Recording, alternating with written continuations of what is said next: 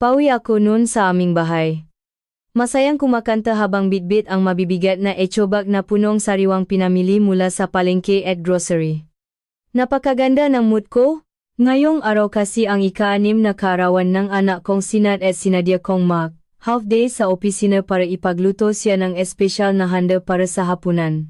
Ngunit nang makalapit ako sa pinto ng aming apartment, narinig ko ang nakakadurog pusong iyak ng aking anak na namumula sa loob. Biglang nanikip ang dibdib ko. Kasunod ng iyak na iyon ay ang matinis at namumurang boses ng aking biyanan na si Mama Zenny. Tama na ang painarte mo. Wala kang kwentang bata ka. Hiniram lang nguya mo yung laruan mo. Nagiskandalo ka na. Napakaarte mo. Tandaan mo na din, sa pamamahay na to, dapat palagi kang nagpaparaya sa kuya mo kundi ikaw ang malalagot sa akin. Umaya agad ang dugo sa ulo ko. Padabok kong binuksan ang pinto.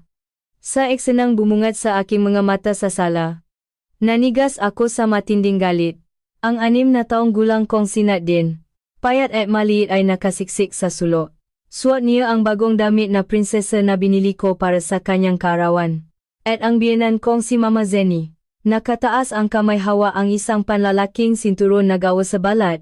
At manghahataw muli. Ang bakal ng sinturon ay nakakatakot na kumikislap sa ilalim ng ilaw. Sa braso ni Nadine, malinaw na nakamarka ang isang mapulang latay. Sa tabi nila ay nakatayo ang 8 taong gulang na si Buster. Ang anak ng pinsan ng asawa ko. Mayabang ang hitsura nito habang yakap-yakap ang paboritong manika ni Nadine, ang mismong regalong binili namin kahapon sa mall. Anong ginagawa niyo? Pasigaw at galit na galit kong tanong. Sabay baksak ng bitbit kong pinamili sa sahig. Nagpagulong-gulong ang nga kamatis at nabasak ang nga itlog sa buong pasilyo. Napatalon si Mama Zenny sa gulat dahil sa sigaw ko. Ang nakataas na sinturon ay napako sa ere. Lumingon siya sa akin at wala man lang bakas ng pagsisisi sa kanyang mukha. Bakos, tiningnan niya ako ng palaban. Aba, sakto ang uwi mo. Tingnan mo kung anong klaseng anak ang pinalaki mo. Pinadamutan na nga si Buster sa laruan. Tinulak pa. Ngayong araw, kailangan kong turuan ang leksyon ang batang yan. Na makita ako ni Nadine bilang kanyang tagapagligtas, umiyak siyang tumakbo palapit sa akin. Mama, pinapalo po ako ni Lola tapos kinuha ni Buster yung manika ko. Mahigpit ko niyakap ang aking anak. Habang tinitingnan ko ang nakakatakot na pulang marka sa kanyang braso, pakiramdam ko ay dinuduro ang puso ko. Inyangat ko ang aking ulo at tinitigan ng masama si Mama Zenny. Sarili niyo siyang apo. Paano niyo nakuha ang lakas ng loob na paluin siya ng ganyan? Binato ng biyanan ko ang sinturon sa sofa at namaywang. Ano ngayon kung sariling apo? Kung hindi marunong sumunod? Dapat pinaparusahan. Anong mangyayari sa ilang palo? Ginagawa ko to para sa kabutihan niya. Para bata palang alam na niya ang lugar ay mga patakaran niya. Patakaran? Kinakabahan at nainis akong tumawa. Patakaran na kinamumuhian niyo ang mababae at palaging pinapaboran ang lalaki. Biglang namula sa gali ang muha ni Mama Zenny. Anong ibig mong sabihin? Ako na nga na mamagandang loob na bantayan ng anak mo tapos ganyan ka makipausap sa akin. Hindi ko kailangan ng ganyang tulong. Tinuro ko ang matabang batang si Buster. At anong karapatan niyang agawin ang regalo ng anak ko sa birthday niya? Hindi niyo na nga siya pinagsabihan. Tinutulungan niyo pa siyang apihin. Si Nadine. Nagtago si Buster sa likod ni Mama Zenny. Sumilip at binalatan ako. Damot. Pangit naman ang manika na yan. Agad siyang hinarangan ni Mama Zenny ng kanyang katawan. Parang pinoprotektahan ang isang napakahalagang kayamanan. Bata pa si Buster. Anong alam niya? Sinat ang nakababatang kapatid. Hindi ba sagradong obligasyon na magbigay sa nakatatandang lalaki? Paano kang naging nanay? Napakadamot mo. Sagradong obligasyon. Nanginginig ang boses ko sa galit. Sino ang nagtakdal negayang? Obligasyon dahil lang lalaki siya at babae, ang anak ko. Eksakto. Taas nung idineklara ng biyanan kong walang pag-alinlangan. Ang babae pabigat lang yan. Sa ibang pamilya rin ang bagsak. Maaga o huling maasawa rin at alis. Pero ang lalaki siya ang magdadala ng apelido. Ang tagapagmana ng pamilya natin? Huwag mong isipin na hindi ko alam ang nasa isip mo. Araw-araw mo siyang binibilhan ng kung ano-ano. Lahat ng perang kinikita ng anak ko inubos mo sa babaeng yan. Ang nga salitang pabigat lang ay bumaon sa puso ko na parang lason. Tiningnan ko ang nanginginig kong anak sa aking mayakap. Ay pagkatapos ay ang malupit na mukha ng aking biyanan, isang hindi makontrol na galit ang sumabok sa aking dibdib. Dahan-dahan kong binitawan si Nadine at sinabihan siyang tumayo sa likod ko. Napadako ang tingin ko sa isang maliit na bangko sa tabing ng pader. Isa itong matibay na bangkong gawa sa kahoy na sinadya naming bilhin para kay Nadine. Patuloy pa rin sa pagbubunganga ang biyanan ko. Sinasabi ko sa iyo sa bahay na to ako ang nasusunod. Sumusunod sa akin ang anak ko. Kaya kung may hindi ka gusto, iti ko mo ibibig mo at magtiis ka. Hindi naman siya mamamatay kung mahawakan lang siya ni Buster. Muli niyang sabi, sabay turo kay Nadine. Hindi na ako nakipagtalo pa sa kanya. Tahimik akong lumapit, yumuko at hinawakan ng bangko. Mabigat ang kahoy nito. Nang makita ni Mama Zenny ang bangko sa makamay ko, nagulat siya ngunit agad ding umisi. Anong akala mo? Matatakot mo ako sa bangkong yan? Mas marami na akong nakain na bigas kaysa sa'yo. Humakbang ako palapit sa kanya. Mahigpit ang hawak sa paa ng bangko. Ang aking tingin ay nagpabago sa pangunguya sa kanyang muha patungo sa matinding takot. Ano? Anong gagawin mo? Nagsimula siyang umatras. Ayon, binabalaan kita. Subukan mo akong hawakan at sisiguraduhin kong hihiwalayan ka ng anak ko. Malamig akong ngumiti. Hihiwalayan. Itinaas ko ang bangko na parang ihahampas sa kanya. Sawakan na bang mabuhay? Nagpakawalan ng matinis na tili si Mama Zenny. Tinakpan ang kanyang ulo ng gabraso at napaupo sa sahig. Ang matabang si Baste ay malakas na umiyak sa takot. Hindi ko inihampas ang bangko sa kanya. Buong lakas ko itong ibinagsak sa sahig malapit sa kanyang makapa. Isang nakakabing laguto ang umalingaw-ngaw. Tumama ang paang bangko sa tiles. Nagliparan ng mga piraso ng kahoy sa lahat ng direksyon. Parang huminto ang ikot ng mundo. Nakapabasa sa sahig ang biyenan ko. Namumutla na parang papel. Nanginginig na parang dahon sa hangin. Ang iyak ni Buster ay naipit sa kanyang lalamunan. Tiningnan ko siya mula ulo hanggang paa at may diin sa bawat salitang biniktas ko. Makinig kang mabuti. Una, bahay ko ito at ng anak ko. Kung may maksasalita pa nga masama laban sa kanya, tatalupan kong buhay. Pangalawa, ang anak ko ay buhay ko. Sinumang ngahas na manakit sa kanya, kahit isang daliri, makakapatay ako para sa kanya. Pangatlo, kunin mo yung paborito mong apo at lumayas kayo sa pamamahay ko ngayon din. Hindi malakas ang boses ko pero nangalit ang mga ngipin ko. Tumingin sa akin si Mama Zenny ngang may matinding takot. Nanginginig ang ngalabi niya pero hindi siya makapagsalita. Sa sandaling iyon, tumunog ang susi sa seradura. Dumating na ang asawa kong si Dennis. Binuksan niya ang pinto. Nakita ang nangyayari at nanigas sa kinatatayuan. Anong nangyayari rito? Tiningnan ni Dennis ang magulong sahig. Pagkatapos ay ang inang nakaupo sa sahig at ang umiyak na anak na nagtatago sa likod ko. Nagsalubong ang kanyang makilay. Naiskandalo ka na naman ba? Ang una niyang sinabi ay hindi pag-alala para sa kanyang anak kundi paninis sa akin. Biglang nalami ang puso ko. Ang biyanan kong nakaupo sa sahig na makita si Dennis ay biglang nakaroon ng lakas ng loob at umiyak ng napakalakas. Anak ko, salamat sa Diyos at dumating ka. Kung hindi ka umuwi, baka pinatay na ako ng bali na to. Umiyak siya at madramang nakaturo sa akin.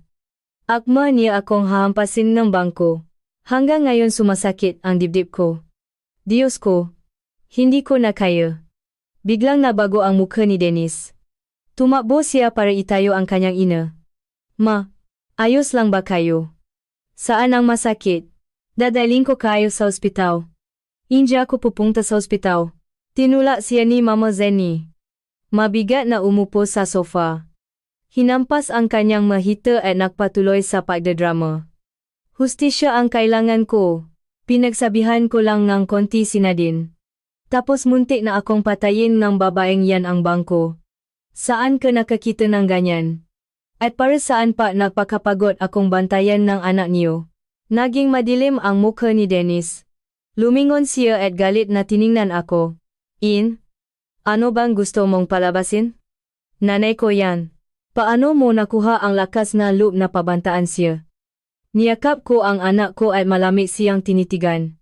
Hindi ko siya sinaktan. Makakaila ka pa. Tinuro niya ang sirang bangko sa sahig. Ano to? Huwag mong sabihin na kusang tumakbo ang bangko at napakabasak. Ibinagsak ko lang sa sahig. Kaamado kong sagot. Ibinagsak sa sahig. Ngumisi si Dennis. Kaya pala ang pananakot ng matanda ay normal lang sayo.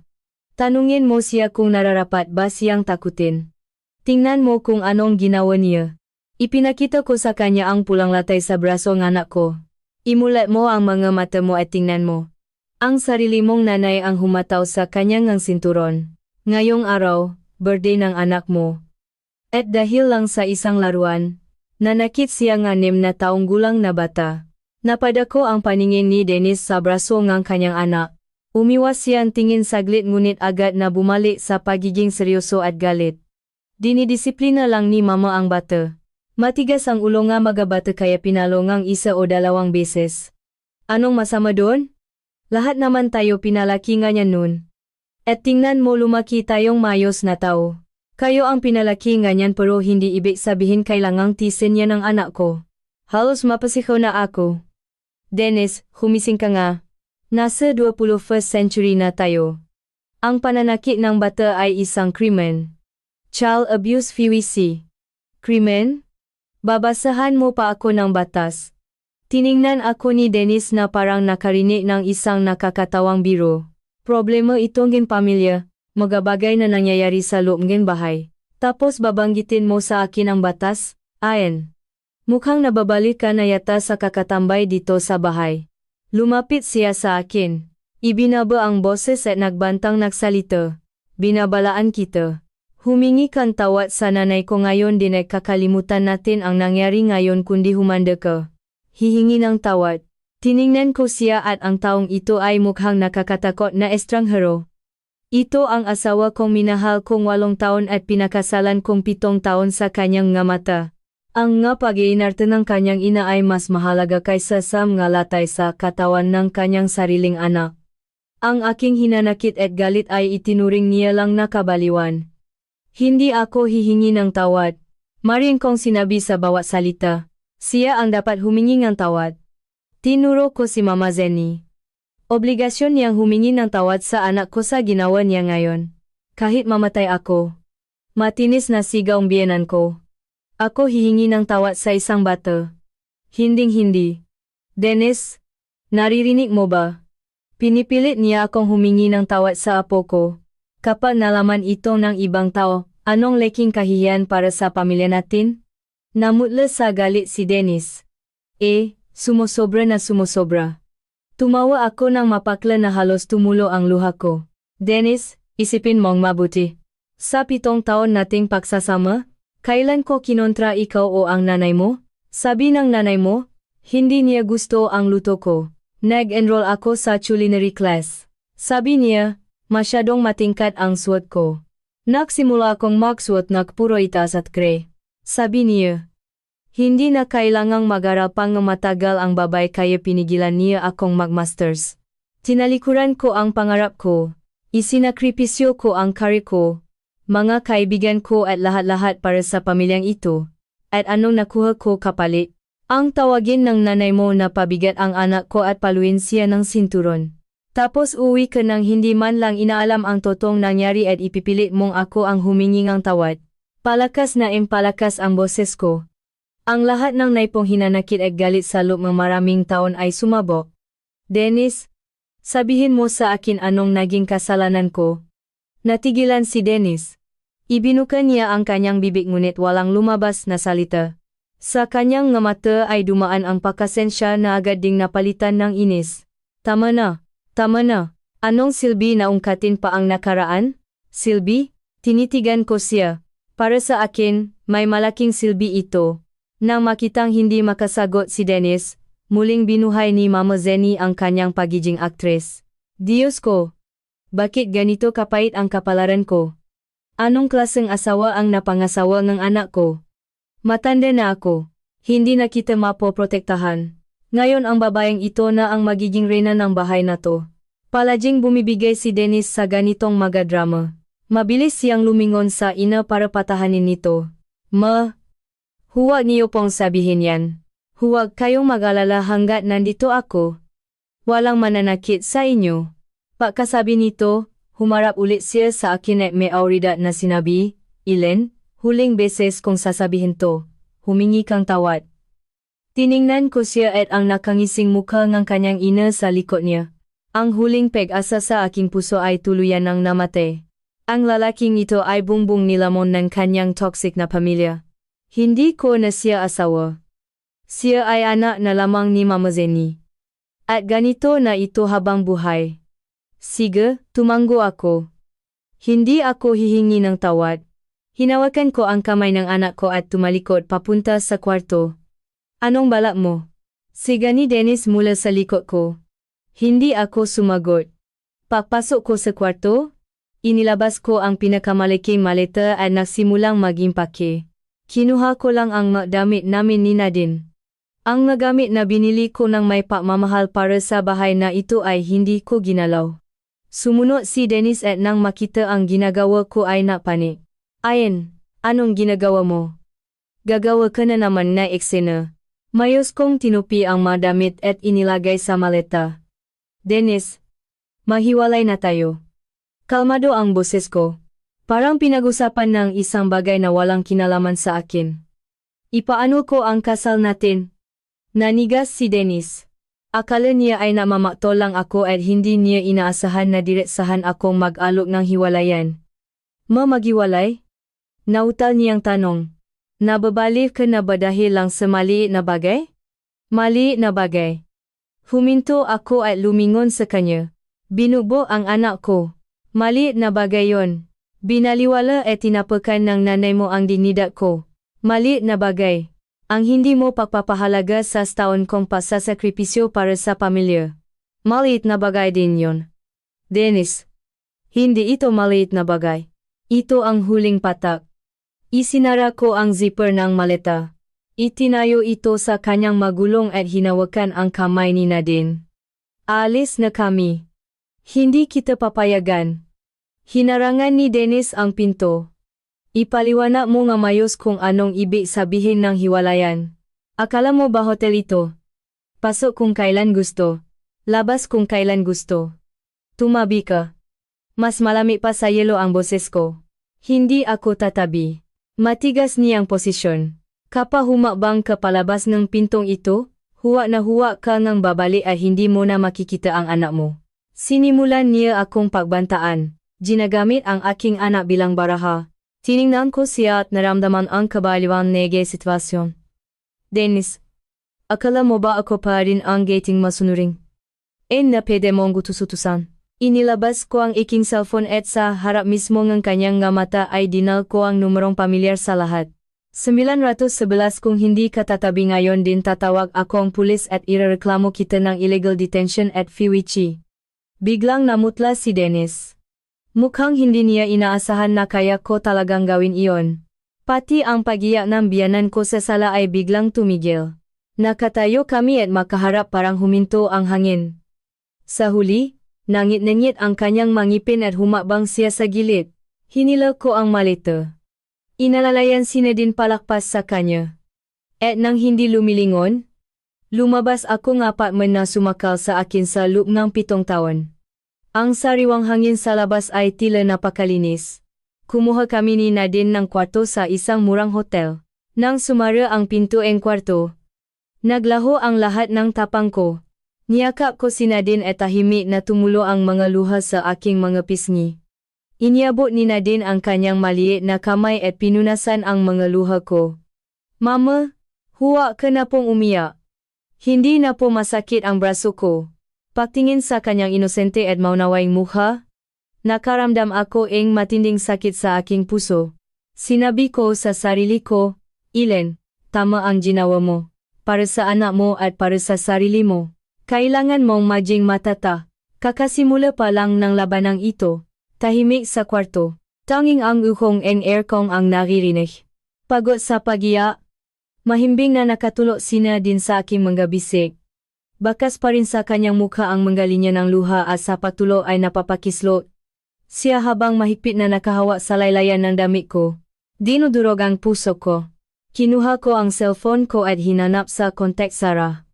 Siya ang pinakamatalik kong kaibigan at isang magaling na abogado para sa makaso ng anuman at VWC. 3 beses na ring ang telepono bago niya sinagot. Hello? In. Napatawag ka? Naisipan mo bang ilibre akong dinner? Masigla niyang bungat.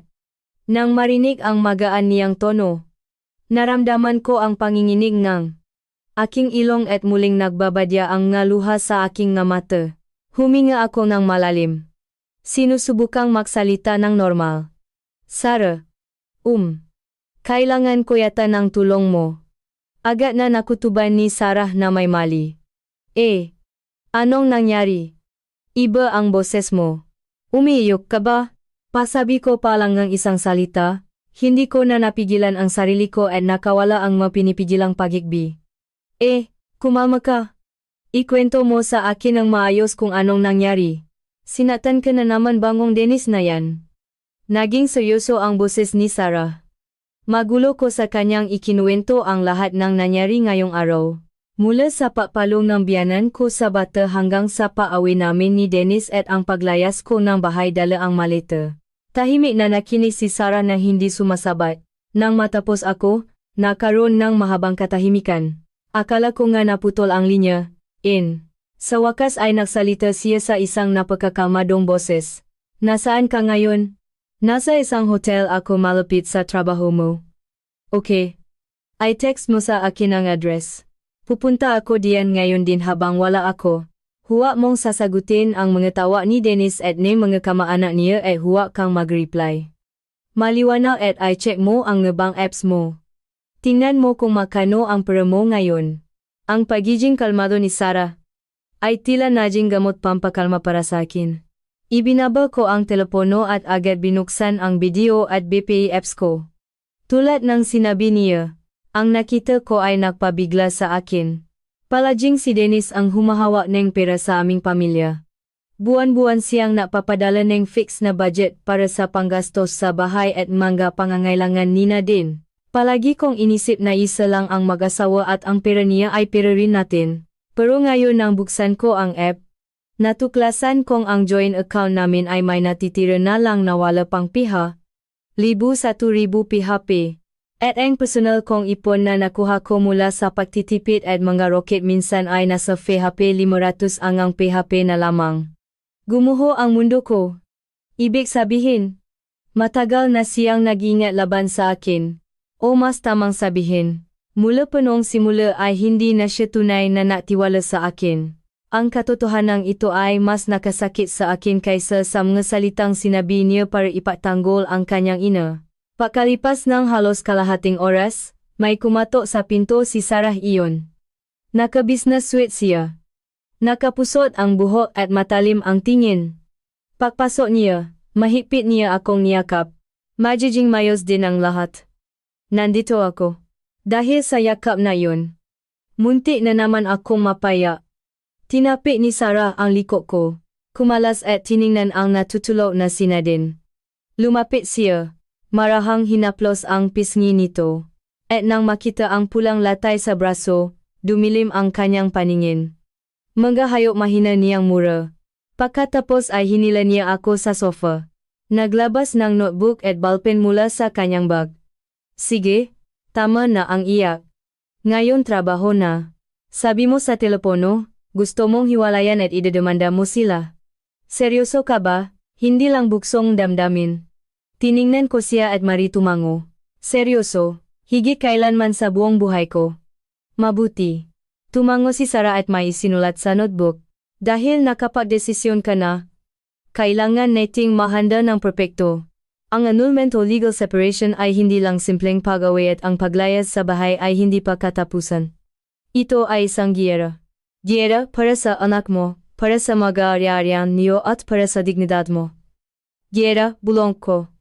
Oh, giyera, sabi ni Sarah. At ang kalaban mo ay si Dennis at ang buong pamilya niya. Sa tingin mo ano ang sansa mo manalo ngayon? Natahimik ako. Wala akong trabaho.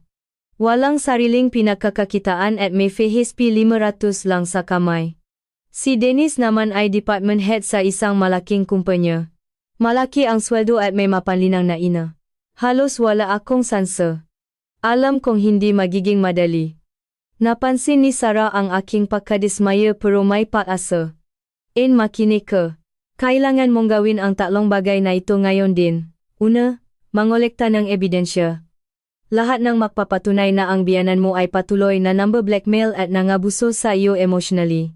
At lalo na ang ebidensya ng pambubugbog sa bata ngayon. Testimonya ng mga kapitbahay, chat history niyo ni Dennis. Kahit ang diary mo lahat ay pwede. At ngayon din pupunta tayo sa ospital para kumuha ng mediko legal na magpapatunay sa mapasani na din. Ito ang pinakadiktang ebidensya. Pangalawa, I check ang ari-arian. Sabi mo ubos na ang pera sa joint account niyo. Malamang na inililipat na ni Dennis ang mga conjugal properties ninyo. Seryoso ito sa ilalim ng law natin RA 9262. Kailangan nating alamin ang lahat ng kita, gastos at ari-arian niya sa buong panahon ng kasal niyo. Mga tsondo, kotse, stocks, bank accounts. Walang dapat makaligtaan, pero wala akong alam sa mga yan. Sabi ko, palaging siya ang nag-aasikasong lahat, kailangan nating alamin. Putol ni Sarah. Isipin mo kung saan niya pwedeng itago ang mga dokumento. Sa vault. Baka may close friends siya na may alam. Umiling ako. Nakalok ang mga drawer sa opisina niya sa bahay. Hindi ko rin alam ang password ng vault. Kung ganon, huling option na lang.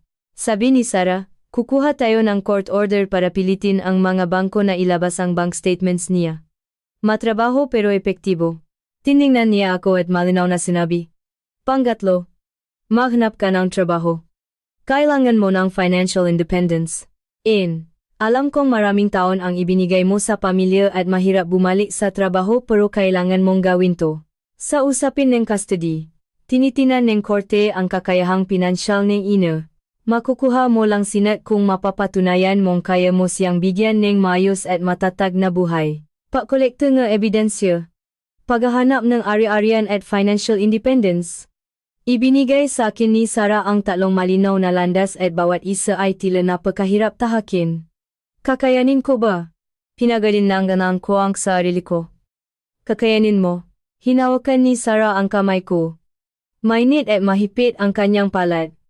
Hindi ka nag-isa sa laban na to. Nandito ako. Isa ka sa pinakamatatapang na babaeng kilala ko. Nung college tayo, kaya mong hindi lumabas ng dorm ng 3 buwan para lang mag-aral para sa exams. Naniniwala ako na para kay Nadine, kakayanin mo ang lahat. Oo, lahat para kay Nadine. Tiningnan ko ang mahimbing na natutulog kong anak at isang matinding lakas ang sumibol sa aking puso. Kaya kong mabuhay ng walang pag-ibig o kasal. Pero hindi ko kayang mabuhay ng wala ang anak ko. Para sa kanya, handa akong sunging ng apoy at baha. Sarah, salamat talaga. Taos puso kong sinabi. Magkaibigan tayo diba? Kalimutan mo na ang hiya-hiya. Ngumiti si Sarah. Ngayon mag-ayos ka na. Pupunta muna tayo sa ospital para kunin ang medico legal ni Nadine tapos dadalhin kita sa isang lugar. Saan? Kung saan mo muling matatagpuan ang sarili mo? Sa mga mata ni Sarah ay may kumikislap na apoy na hindi ko pa nakita noon. Sa sandaling iyon, napatanto ko na ang aking ganting salakay ay opisyal nang nasimula. Dinala namin ni Sarah si Nadine sa pinakamalapit na pampublikong ospital. Maingat na sinuri ng doktor ang latay ng sinturon sa braso ni Nadine. Pinikturan ito at nag-issue ng medico-legal certificate para sa minor physical injuries na mahalaga para sa kasong FEWC. Habang hawak ko ang manipis na papel na iyon, naramdaman ko ang panginginig ng madaliri ko. Ito ang ebidensya.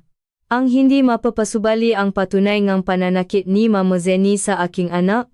Paglabas namin ng ospital, madilim na ang kalangitan. Walang tigil sa pagvibrate ang cellphone ko simula pa kaninang gabi. Lumalabas sa screen ang mga panggalan nina Dennis at Mama Zenny. Sa payo ni Sarah, hindi ko sinagot ang kahit isang tawag. Sumunod na bumuhos ang mga text messages at chats. Ang mga mensahe ni Dennis ay naiba-iba mula sa galit na pagbabanta hanggang sa panunuyo. Aynen, itihil mo na ang kalokohang to. Ivy mo akad ang bata. Akala mo ba sa pagtataho mo ay mariresolba ang lahat? O sige, inamin ko. Mali ako. Hindi sana ako sumigaw sa iyo. Umuwi ka na at pag-usapan natin ng mayos. Ha, huwag ka nang magalit. Matanda na si Mama. Huwag mo nang patulan ang nga sinasabi niya. Pangako hindi na niya ulitin. Hindi pwedeng nasa labas si Din mag-isa. Delikado sa hotel. Umuwi na kayo ngayon din. Habang binabasa ang mga mensaheng ito, naramdaman ko ang matinding ironiya. Akala niya ay ganun lang. Sasaktan ako tapos bibigyan ng candy. At ayos na ang lahat, hindi niya talaga maintindihan o ayaw niyang intindihin kung bakit umabot ako sa ganito. Ang inaalala lang niya ay ang sarili niyang reputasyon at ang imaheng isang perpektong pamilya. Ang mates ng biyenan ko ay mas kasuklam-suklam. Ikaw malanding mangkukulam. Inilayo mo ang anak ko. Huwag na huwag kang babalik, in. Subukan mo lang makipaghiwalay sa anak ko. Pupunta ako sa opisina mo. Dati at sa mga magulang mo para magskandalo. Ipapahiya kita hanggang sa hindi mo na mayangat ang mukha mo. Saan mo itinago ang apo ko? Baka ibinenta mo na siya. Walang puso. Nakakamangha talaga ang imahinasyon niya. Walang emosyon kong na-screenshot ang bawat mensahe at ipinadala kay Sarah. May kasamang caption. Ebidensya ang lahat ng ito. Sumulyap si Sarah sa screen ng cellphone ko habang nagmamaneho at ngumisi. Ubos na ang bala nila. Bukod sa pananakot at emotional blackmail, wala na silang magawa. Lumingon siya sa akin. Tandaan mo, huwag mong hayaang apektuhan ka ng masalitang yan. Ang inasal nila ay napapatunay lang ng kanilang takot at kahinaan. Tumango ako pero mabigat pa rin ang loob ko. Pagkatapos ng lahat, 7 taon din kaming nagsama. Pagsisinungaling kong sasabihin kong wala na akong pakialam. Pero tuwing maalala ko ang sugat sa braso ni Nadine, nagiging bato muli ang puso ko. Saan na tayo pupunta ngayon? Tanong ko, pagdating natin, makikita mo misteryosong ngiti ni Sarah. Umikot ang sasakyan sa siyudad at sa wakas ay huminto sa harap ng isang sikat na subdivision o condo complex. Dito nagtataka kong tanong. Ito ang pangalawa kong condo. Bihira akong tumira dito. Paminsan-minsan lang para ma-relax. Sagot ni Sarah. Dinala niya ako sa isang maganda at fully furnished na 2-bedroom unit. Napakalinis ng lahat. Halatang regular na nililinis. Hanggat wala ka pang nahahanap na mayos na matitirhan. Dito muna kayo ni Nadine. Mahigpit ang security dito. Hindi kayo matutuntun ni Dennis at ng pamilya niya. Nahihiya ako. Sarah. Nakakahiya namang makaabalasaw. Ano ka ba? Nakukuwentahan ba tayo? Ipinasok ni Sarah ang maleta ko. Kung nahihiya ka, bigyan mo na lang ako ng 20% discount sa mamabayad ko sayo kapag kinuha mo akong abogada. Biro niya na napagaan ng kaunti sa sitwasyon. Binuksan niya ang refrigerator na puno ng sariwang pagkain at snacks. Nagpabili ako sa asistan ko kaninang hapon. Sigurado gutom na si Nadine pagkagising. Ipagluto mo muna siya at pupunta ako sa study room para tulungan kang gumawa ng action plan. Habang pinagmamasdan ko ang lahat ng ginagawa niya para sa akin, nakaramdam ako ng init sa aking dibdib. Sa pinakamadilim na sandali ang magkaroon ng ganitong kaibigan ang pinakamalaking swerte ko. Ipinagluto ko si Nadine ng paborito niyang sweet style spaghetti. Nakatulo ng mayos ang bata at halatang gumanda na ang mood niya. Nang makita ang masarap na pagkain, kuminang nga mata niya. Mama, nasaan po tayo? Ang ganda naman dito. Kondo ito ni Tita Sarah. Dito muna tayo titira Si Papa at si Lola. Hindi po ba sila pupunta? Sa pagbanggit sa kanila, Lumamlam ang mga mata ni Nadine. Lumuhod ako. Tiningnan siya sa mga mata at seryosong sinabi, Nadine, may konting problema sina mama at papa. Titira muna tayong magkahiwalay. Tayong dalawa lang muna. Okay. Kalahating nakakaintinding tumango si Nadine. Hindi na po ba ako papaluin ni Lola? Mahina niyang tanong. At sa kanyang mga mata, ay mababakas ang takot. Mahigpit ko siyang niyakap. Hindi na. Pangako ni Mama. Walang sinuman ang pwedeng manakit sayo.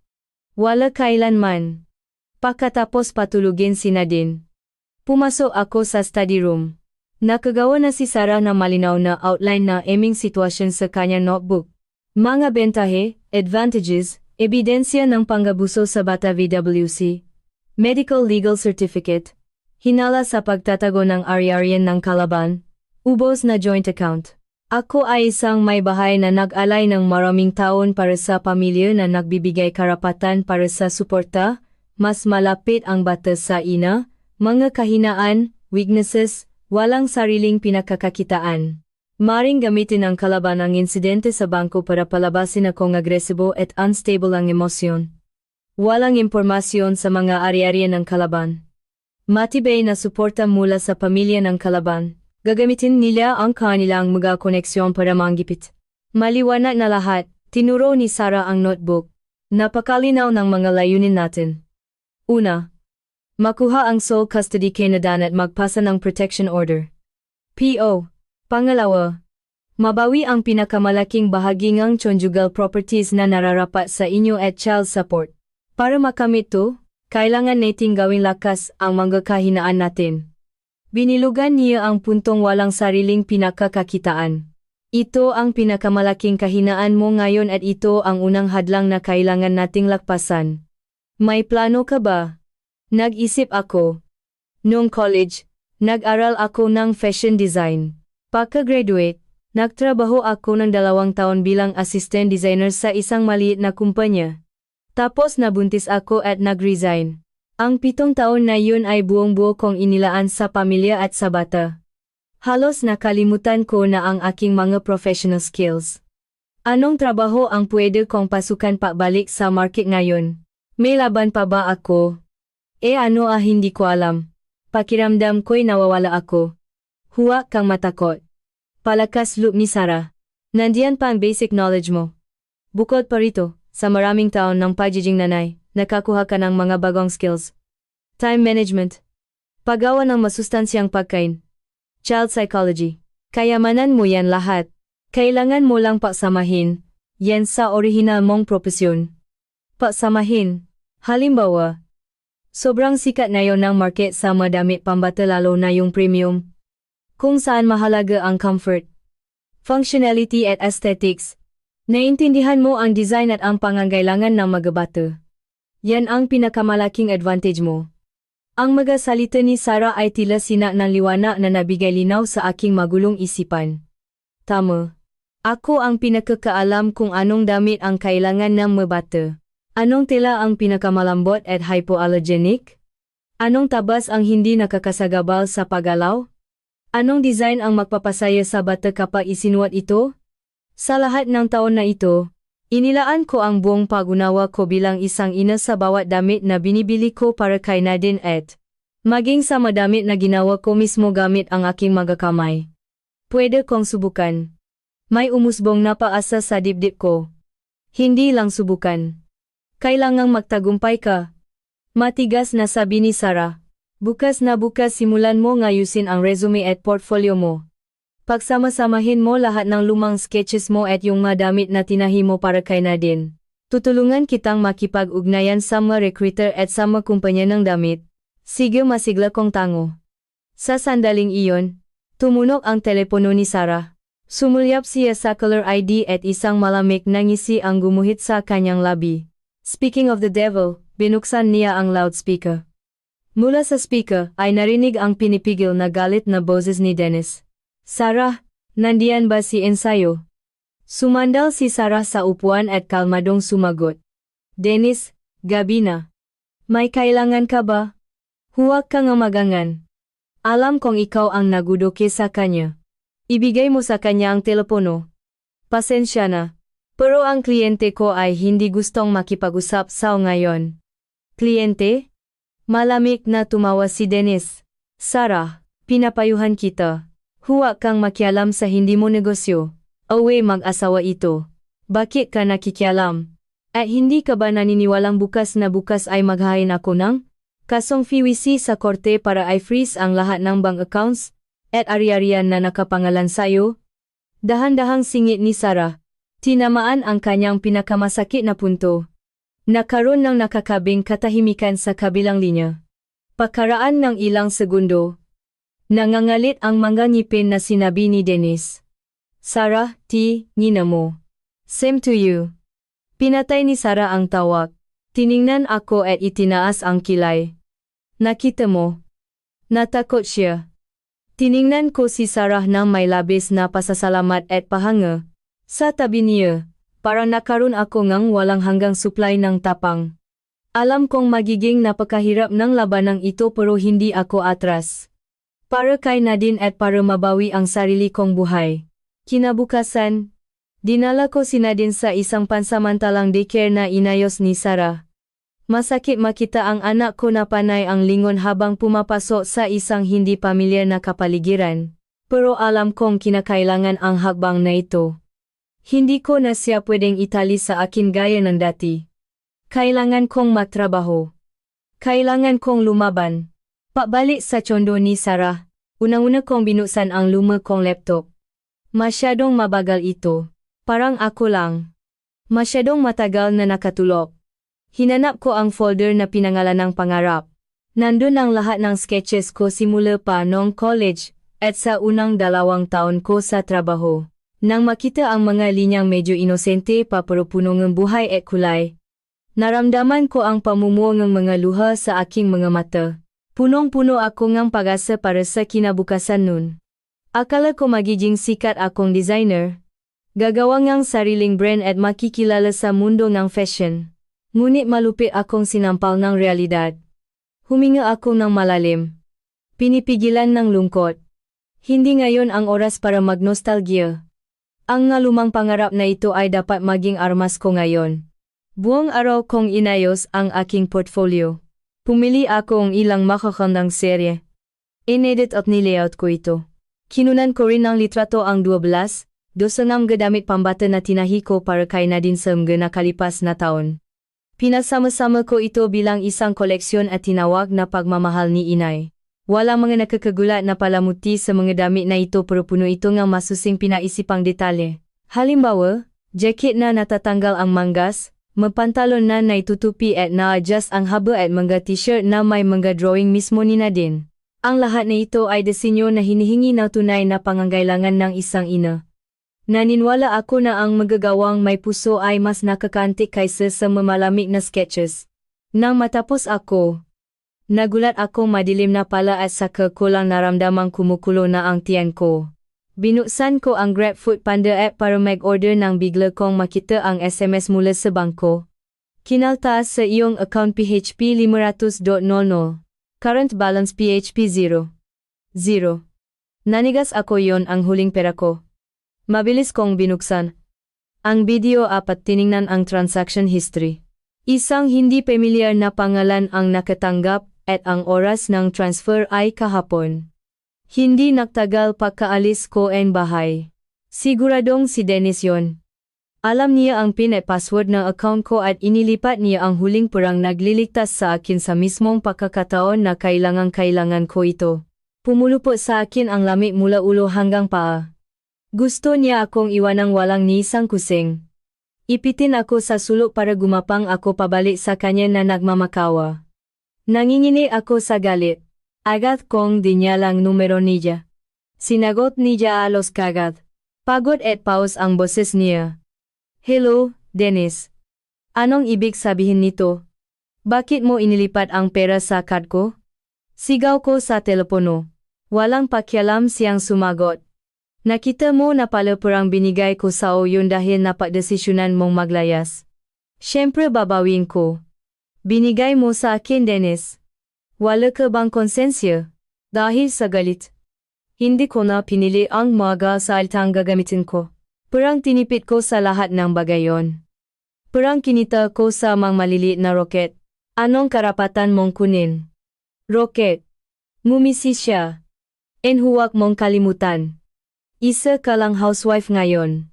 Ang oras mo ay pagmamay-ari ng pamilya. Kumita kang pera gamit ang oras ng pamilya. Ibig sabihin, ang pera ay pag-aari ng pamilya. Bilang haligi ng tahanan, binawi ko lang. Anong problema doon? Walang hiya ka. Wala pa akong nakitang taong kasing kapal ng mukha mo. Dennis, isa kang tinaasan niya ang boses niya. Tingnan mo nga ang sarili mo. Para kang tindera sa palengke. Dahil lang sa pera. Kinalimutan mo na ang dignidad mo. Nakamali ako sayo. Hindi ko kailangan ng dignidad. Ikaw ang nawalan ng hiya. Dinala mo ako sa ganitong sitwasyon tapos pinagbabawalan mo pa akong lumaban. Ako ang nagdala sa audian. Pinilit ba kitang lumayas? Pinilit ba kitang hampasin ng bangko ang nanay ko? Inumpisahan na naman niya ang sirang plaka niya. Indiretsahan na tayo. Kunin mo ang bata. Umuwi kayo ngayon din at humingi ka ng tawad sa nanay ko at magpapanggap akong walang nangyari at ibabalik ko ang pera mo. Pero kung magmamatigas ka at ipipilit mo ang hiwalayan at kaso, magtutuos tayo. Lahat na ikinain mo. Isinuot at kinamit sa nakalipas na mga taon ako ang kumita noon. Wala kang nisang kusing nakita. Paano mo ako lalaban sa korte? Hindi mo nga mapakain ang sarili mo tapos gusto mong kunin ang anak natin? Sa tingin mo ibibigay ng judge sa'yo ang bata? Bawat salita niya ay bumabaon sa puso ko tulad ng isang matalim na kutsilyo. Oh, wala akong pera. Iyon ang pinakamalaking kahinaan ko. At walang awas siyang umatake doon. Dennis, pagsisisihan mo to. Sabi ko ngang tipunin ang lahat ng lakas ko. Can't wait. Malamig niyang sagot at ibinaba ang telepono. Habang pinapakinggan ang dead tone, hindi ko na kinaya at napabagsak ako sa malamig na sahig. Isang kawalan ng paasa. Isang uri na hindi ko pa naranasan noon ang mahigpit na pumulupo sa akin. Anong gagawin ko? Wala na akong pera. Kailangan kong magbayad ng daycare. Bumili ng pagkain. Hindi ako aabot hanggang bukas. Kailangan ko ba talagang bumalik at magmakaawa sa kanya tulad ng gusto niya? Hindi. Hindi maaari. Sa tuwing maalala ko ang malupit na mukha ni Mama Zenny at ang sugat sa braso ni Nadine, sinasabi ko sa sarili kong wala ng atrasan. Pinunasan ko ang mga luha ko at tumayo mula sa sahig. Binuksan ko ang context list ko at nagsimulang maganap. Ang mangutang ang tanging paraan. Pero kanino ako utang? Dahil sa pamilya. Halos naputol ko na ang lahat ng social connections ko. Matagal na akong hindi nakikipag-usap sa mga college friends ko. Ganun din sa mga dating katrabaho. Ang tanging naisip ko ay ang mamagulang ko. Tinawagan ko si Mama. Ang boses niya ay kasing bait tulad ng dati. Ayn, anak, napatawa ka ng 10 oras ng gabi. Makulit na naman ba si Nadine ma? Simula ako at naktak silang boses ko sa panghininag. Anong nangyari? May problema ba? Agad na nag-alala si Mama. Mabilis kong gikinuwento sa kanya ang nangyari. Siyempre, hindi ko na sinabi na binugbo ang biyanan ko ang bata at ninakaw ni Dennis ang pera ko para hindi sila matakot. Sinabi ko lang na nagawi kaming malala tungkol sa pagpapalaking bata at nagpasya akong bumukot muna. Ma, kailangan ko sanang manghiram ng konting pera para makapasimula. Lakas loob kong sinabi. Katahimikan sa kabilang linya. Pakaraan ng ilang sandali, narinig ko ang pagbuntong hininga ni Papa. Normal lang sa mag-asawa ang mag-awe. Tampuhan lang yan. Anong kalokohan niyang babaeng may anak ang alis ng bahay? Unga. Sang-ayon ni Mama. Napakabait naman sa'yo ni Dennis. Matanda na ang biyenan mo. Prank ka lang maksalita. Habaan mo na lang ang pasensya mo at magiging mayos din ang lahat. Umuwi ka na. Huwag mo bigyan ng sakit ng ulo si Dennis at ang mga magulang niya. At tungkol sa pera. Singit ni Papa. Malapit na ikasalang kuya mo. Kailangan nating tulungan sila sa down payment ng bahay. Kailangan namin ng malaking halaga. Baon na nga tayo sa utang. Wala kaming sobrang pera para sa iyo. Tuluyan nang nalami ang puso ko. Oo nga pala, may kuya ako. Sa isip nila, ang pangangailangan ng lalaking anak at ang kasal nito ay palaging mas mahalaga kaysa sa problema ng babaeng anak. Naintindihan ko na. Pasensya na po sa abala. Ibinaba ko ang telepono. Pakiramdam ko'y buong-buong naubos ang pagkatao ko. Kahit ang mga pinakamalapit na tao sa akin, ang aking mga magulang ay hindi ako inintindi at sinuportahan. Ganito ba talaga ako mag-isa sa mundong ito? Hindi. Nandiyan si Sarah. Hindi ko pwedeng iasa ang lahat ng pag-asa ko sa ibang tao. Pero ngayon wala na akong ibang pagpipilian. Kahit hiyang-hiya ako, nag-message ako kay Sarah. Sarah, pwede ba akong makahiram ng pera sa'yo? Pagka-send ng message, naramdaman ko ang paginit ng aking mapisngi. Halos agad na sumagot si Sarah. Walang maraming tanong. Oo naman. Wala pang isang segundo. May notification mula sa bangko. GCash. You have received PHP 100,000.00. Habang tinitingnan ang nga numero, hindi ko na napigilan at bumuhos ang nga luha sa aking nga mata. Hindi lang ito pera. Ito ay isang salbabida. Isang sinang ng liwanag sa bangin ng aking kawalan ng paasa. Dahil sa PHP 1,000 ni Sarah. Nakahinga ako ng maluwa pero kailangang tipirin ang perang ito. Agad akong umalis sa kondo ni Sarah at umupo ng isang napakaliit na apartment sa isang lumang barangay. Pero sobrang lapit sa daycare ni Nadine. Luma na ang gusali, may mga tuklap na pintura sa pada pero ang mga bintana ay nakaharap sa araw kaya maliwanag ang kwarto. Sabay naming inayos ni Nadine ang aming maliit na bahay. Bumili kami ng murang carpet, second-hand na lagayan ng libro at dinikitan namin ang pada ng madrawing ni Nadine. Kahit simple, ito ang aming ligtas na kanlungan. Pagkatapos mag-ayos, ibinuhos ko ang oras ko sa paghahanap ng trabaho.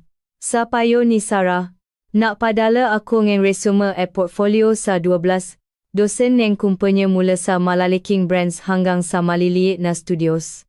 Pero mas malupit ang realidad. Karamihan sa mga resume ko ay hindi man lang nasagot. Ang ilang sumagot ay magalang na tumanggi na dahilan ang 7 taong gap ko sa career. Miss In, pasensya na pero hindi masyadong swak ang experience mo sa hinahanap namin.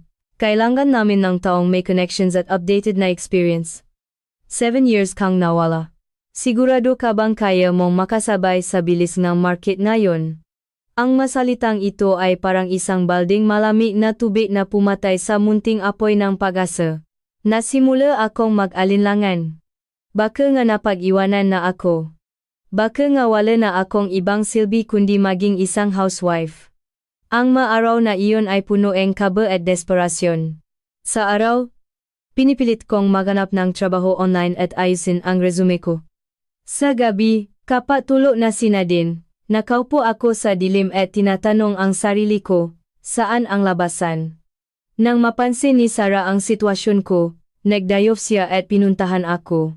Hindi na siya nagbigay ng salitang pang-ali. Umupo lang siya sa tabi ko. Ellen, naalala mo ba yung thesis natin nung college? Bigla niyang tanong. Tumango ako. Paano ko makakalimutan? Kumawa kami ng sariling brunt. Kami mismo ang nag-drawing. Tumakbo sa divisoria para bumili ng tela at nagdamak na nanahi sa makina. Ang una naming koleksyon ang nanalo na first prize nun. Mga bata pa kami at naniniwalang kaya naming sakupin ang mundo.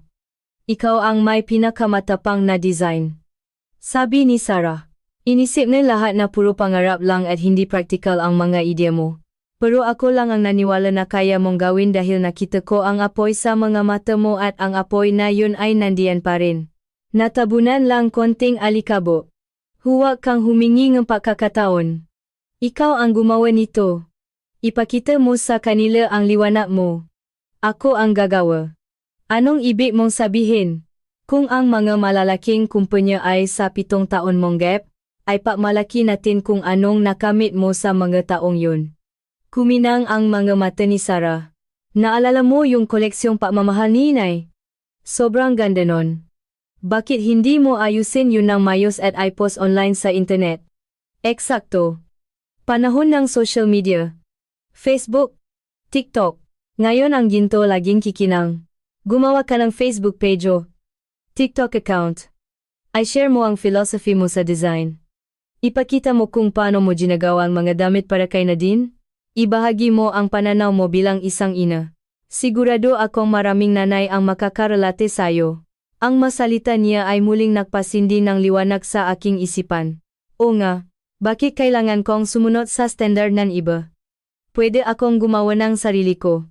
Ang nakalipas na 7 taon ay hindi na sayang. Naging ina ako at ito ang pinakamahalagang karanasan at natatangi kong yaman. Ginawa ko agad. Ginawa ako ng Facebook page at pinanggalan itong dami ni Nad. Pumili ako ng pinakamagandang picture. Nagsula ng mahabang caption para sa unang post. Kinuwento ko ang inspirasyon ko, pagpili ng tela at kung paanong nasolusyonan ng madamit na ito ang maproblema ng mananay. Halimbawa yung jacket na pwedeng tanggalin ang manggas. Isinulat ko, nakaranas na ba kayo na sobrang pabago-bago ng panahon? Naglalaro ang bata sa labas. Mainit kapag naka-jacket pero nilalamig kapag hinubad. Ang transformer jacket na ito ang sagot sa problema niyo. Matapos i-publish ang post, kinakabahan kong hawak ang cellphone. Panay ang refresh ng page. Lumipas ang 1 oras. 2 likes lang. Lumipas ang 2 oras. Tahimik. Muling bumaksak ang puso ko. Nakamali na naman ba ako? Nang susuko na sana ako, tumuno ang telepono. May na-comment, super idea. Parang nabasa mo ang inisip ko. Ang nga pens na naitutupi ay lifesaver sa mga batang lalaki na laging nabubutas ang tuhod ng pantalon. Kasunod nito ang pangalawa at pangatlong comment. My God! Finally may nakarinig din sa atin sa Malkasi. Kung hindi pangit. Sobrang mahal o kaya hindi comfortable. Ang cute ng nga t-shirt. Nagtutahi po ba kayo per order? Gusto ko rin bilhan ng makulit kong anak. Sis, pasend ng link. Available ba ito for sale? Pagbasa ko sa mga comments, napayak ako. May nakakaintindi pala sa akin. Hindi ako nag-isa. Nang gabing iyon, nireplyan ko ang bawat comment hanggang umaga. Ang unang post ko ay nakakuha ng daan-daang likes at shares. Kahit na mali lang ito kumpara sa masikat na influencers, para sa akin. Isa itong napakalaking tagumpay. Pinatunayan nitong nasa tamang landas ako.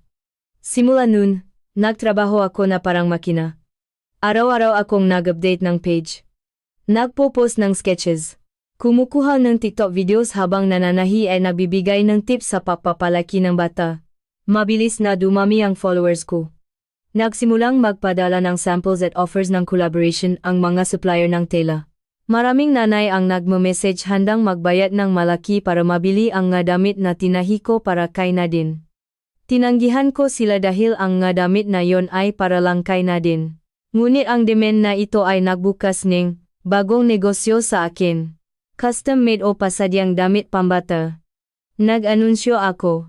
Natatanggap ako ng custom orders. Grab ang naging reaksyon. Sa loob ng 10 minuto, fully booked na ang orders para sa unang buwan. Umupa ako ng maliit na sewing machine at nag-set up ng mini tailor sa apartment ko. Araw-araw pagkahatid ko kay Nadine sa daycare, nagdo-drawing ako, nagugupit at nananahi. Pagod ako na parang aso pero nakaramdam ako ng hindi mapantayang kaligayahan. Sa wakas, kumita na akong sarili kong mula nang iwan ko si Dennis. Kahit na ilang libo lang ito. Nang hawakan ko ang pera, umiyak ako sa tuwa. Kaya ko ngang buhayin ang sarili ko at ang anak ko. Tinawagan ko si Sarah para ibalita ito. Sabi ko sayo, kaya mo eh. Taos pusong masaya si Sarah. Sarah, salamat talaga. Wala yun. Resulta yan ng sipak mo. Seryosong nagpatuloy si Sarah. Pero unang hakbang pa lang yan. Huwag kang magpapakampante. Hindi ito basta-basta palalampasin ni Dennis. Ang masalita niya ay naging malamig na tubig na nagpagising sa akin. Masyado akong nawili sa mga unang tagumpay ko at nakalimutan kong ang pinakamalaking laban ay paparating pa lang. Eto to nga. Pagkalipas ng ilang araw, may tumawa sa akin mula sa isang hindi kilalang numero. Isang malamig at aroganteng boses ang nagpakilala bilang abogado mula sa kumpanya ni Dennis. Miss In, nire-representa ko ang legal department ng panggalan ng kumpanya. May basehan kaming maniwala na ang mga designs ng damit pambata na pinopost mo sa social media ay pagnanakaw ng trade secrets mula sa aming kumpanya, lalo na ang mga hindi pa inilalabas na projects. Hinihiling namin na agad mong burahin ang lahat ng posts mo at mag-publish ng official na public apology. Kung hindi, sasampahan ka namin ng kaso sa korte. Paginanakaw na trade secrets ng lumuako. Kalokohan ito. Mga ideya ko ito. Paano nila naging pag-aari? Teka, last year, nag-expand ang kumpanya ni Dennis at ang mga damit pambata ay isa sa mga bagong linya nila. Isang nakakatakot na ideya ang pumasok sa isip ko. Ito ba ang plano niya simula pa lang? Pakababa ko ang telepono, tulala ako. Ang paratang na pananakaw ang trade secret ay isang batik na pwedeng sumira sa akin. Agad kong tinawagan si Sarah. Nang marinig ako ni Sarah, natahimik siya sandali tapos sumagot, "Kumalma ka. Malamang gawa-gawa ito ni Dennis." Nakikita niyang bumabangon ka na kaya gusto niyang sirain kagamit ang maruming pamamaraan. Anong gagawin ko? Pwede ba talaga nila akong kasuhan? Kung magdedemanda sila o hindi? Nakadepende sa ebidensya nila. Malamig na sagot niya. Isipin mong mabuti. Bukod sa may nakakita ba ng sketches mo lalo na si Dennis? Kumabog ang dibdib ko. Naalala ko nang unang pumasok sa isip ko ang ideyang gumawa ng damit pambata. Tuwang-tuwa kong ipinakita ang na-draft sketches ko kay Dennis at ipinaliwanag ang napangarap ko. Sinabi ko pang gusto kong magtayo ng sarili kong patahian. Ngumisi lang siya nun. Sinabing nangangarap akong gising tapos kinuha ang sketches at sinabing titingnan niya kapag may time siya. Hindi ko na muling nakita ang mga papel na iyon. Hindi ko ito binigyan ng malisya. Akala ko na hagis lang sa kung saan sa opisina niya. Ngayon naintindihan ko na, noon pa man pinano na niya ito. Ninakaw niya ang idea ko. Ipinasa sa kumpanya niya at ngayon na sumikat ako sa internet, pinabintangan niya akong nananakaw. Napakagaling at napakaruming plano. Nang ikwento ko ito kay Sarah, nangingini ako sa galit. Hayop siya. Ainen, kumalma ka, sabi ni Sarah. Dahil naintindihan na natin ang plano niya, mas madali na lang. Kung inaakusahan ka niya ng pananakaw, kailangan niyang patunayan na mas nauna ang designs nila kaysa sa post mo ay kailangan niting patunayan ang authorship mo. Paano? Nasa kanya ang sketches at madali niyang pwedeng idani ang mga files sa computer ko. Sabihin niyang ginawa ko lang yun pagkatapos. Hindi lang yun. Direkta ni Sarah. Isipin mo, nung unang pumasok sa isip mo ang nga ideyang ito, may iniwan ka bang digital footprint? Footprint? Nagsimula akong mag-isip. Lahat ng ideya ko ay galing sa buhay ko kasama si Nadine. Habang naglalakad kami, naisip ko ang nga pantalon. Habang nagbabasa ng libro ang mga bagong prints, nakasanayan ko nang isulat ang mga ideyang ito sa sticky notes o sa notes app sa cellphone ko. Notes. Tumakbo ako at binuksan ang notes app sa cellphone ko. Mabilis na nag-scroll pababa at sa wakas nakita ko ang manotes na higit isang taon na ang nakakaraan. Gumawa ng pants na just ang haba para nabibili tuwing 6 months. I print ang doodle ni Nadine sa t-shirt. Same for exclusive. Hanapin ang pinakamalambot na bamboo fabric para sa pajama ni Nadine.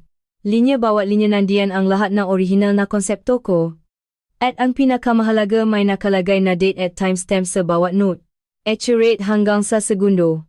Ang maoras na ito ay napakatagal na bago pa man makbukas ng children's line ang kumpanya ni Dennis. Sarah, nahanap ko na. Nahanap ko na. Sigaw ko sa telepono. Super. Nakahinga ng maluwag si Sarah. Ito ang susinating ebidensya. I screenshot mo agad yan at ipapanotaryo natin bukas na bukas din affidavit of electronic evidence. Wala na tayong dapat ikatakot. Tumango ako nakaramdam na parang hinila pabalik mula sa gilid ng bangin pero in-underestimate ko ang kakapalan ng mukha ni Dennis. Bago pa ako makapa-relax, may nangyaring mas malala. Isang hapon, sinundo ko si Nadine sa daycare at nakita ko ang pamilyar na kotse sa labas ng gate. Kotse ni Dennis. Nakatayo sila ni Mama Zenny sa pintuan at may kinakausap na teacher.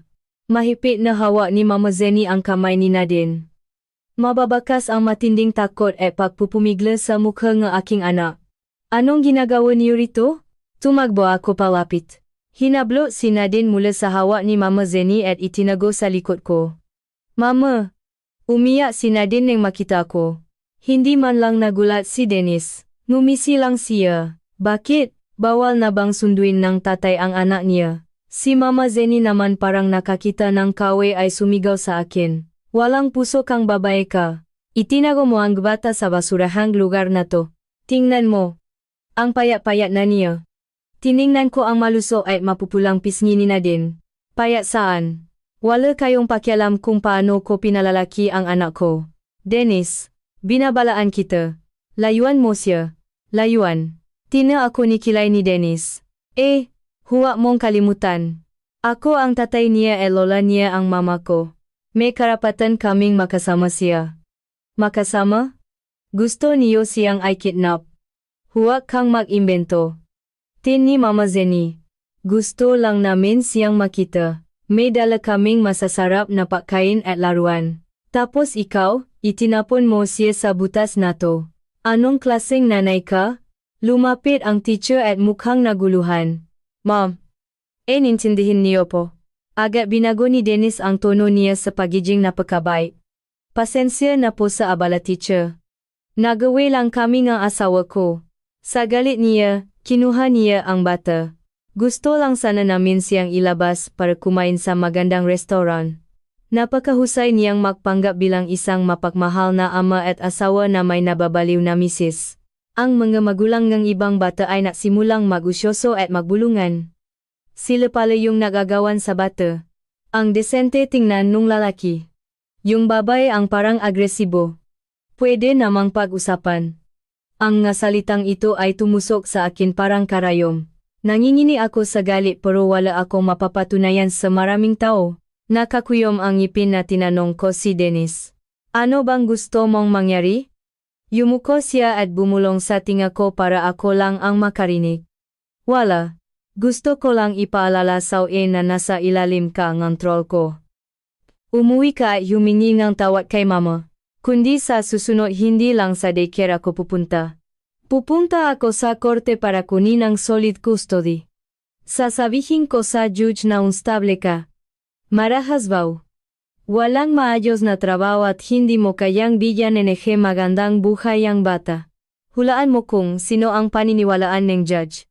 Napakalambing ang boses niya pero puno ng lason ang salita. Sa panaginip mo, mariin kong sinabi, talaga ba? Ngumisi siya. Tumayo ng mayos at malakas na nagsalita sa mga nakapaligid. Pasensya na po ulit sa iskandalo ng pamilya namin. Tiningnan niya akong isang nagbababalang tingin. Isinakay si Mama Zenny sa kotse at umalis. Nakatayo ako sa labas ng daycare. Yakap ang nanginginig na sinad. Ang jirang ito ay mas mahirap pang daang beses kaysa sa inaasahan ko.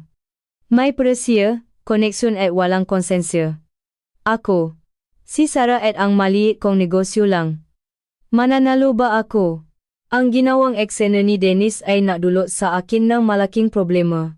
Kinabukasan, magalang na naparamdam ang principal ng daycare na kailangan kong ayusin ang problema sa pamilya para hindi makaabala sa ibang bata.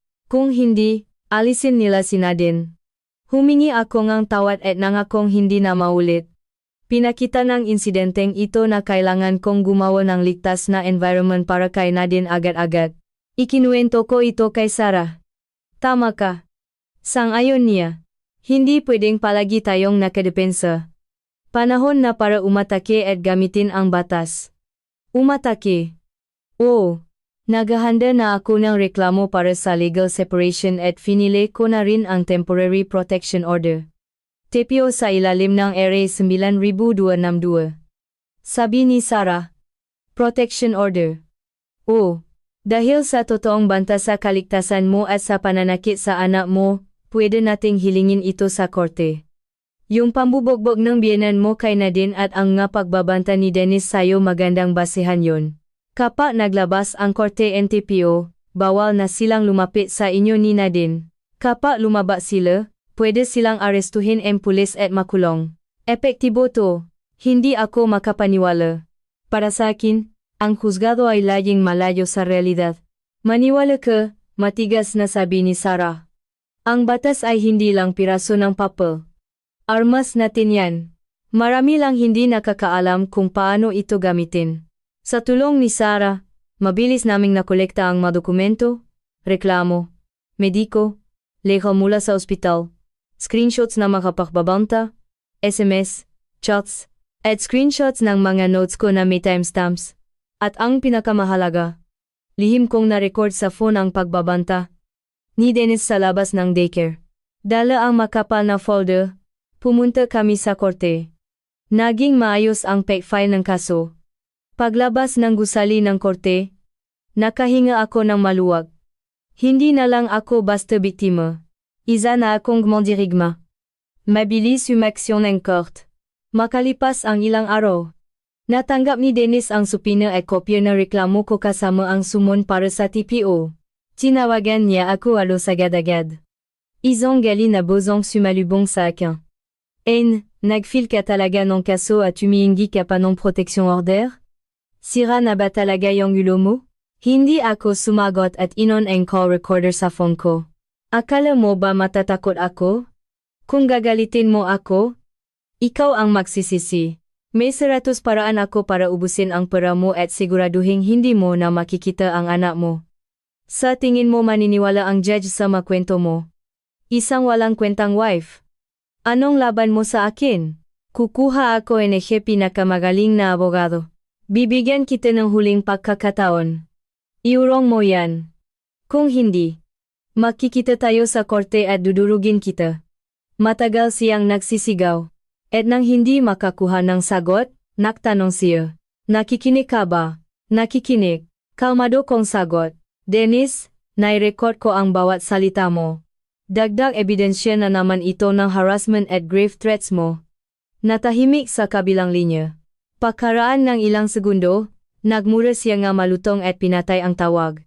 Ngumiti ako sa unang pagkakataon. Tama si Sarah. Kapag nasimula na siyang sumiga, ibig sabihin takot na siya. Ngunit hindi naging madali ang lahat gaya ng inaasahan ko. May koneksyon sa gobyerno at barangay ang pamilya ni Dennis. Hindi nagtagal. Isang malaking smear campaign ang nagsimula laban sa akin. Sa magkamag-anak at kakilala namin. Panay ang tunog ng cellphone ko mula sa concern na tautita ni Dennis, malayong pinsan ko. Mga dating kapitbahay. Pare-pareho ang script nila. Sino ba namang maasawa ang hindi naaway? Mabait na bata si Dennis. Huwag kang maimbento. Sino bang tatanggap sa una single mom at may bit-bit na bata? Umuwi ka na. Matanda na ang biyanan mo. Pakbiyan mo na. Ang mahalaga, buo ang pamilya. Nabalitaan naming hinampas mo raw ng bangko yung biyanan mo. Sumusobra ka na. Ginawa nila akong mukhang bali. Walang utang na loob at agresibong asawa habang si Dennis ay isang kawawang mapagpatawad na mister. Nilampasan pa ni Mama Zenny ang sarili niya. Umikot siya sa dati naming subdivision at umiyak sa lahat kung paano siya nagpakapagod para sa apo niya. Tapos pinalayas daw siya ng manugang niya at hindi na pinapakita ang bata.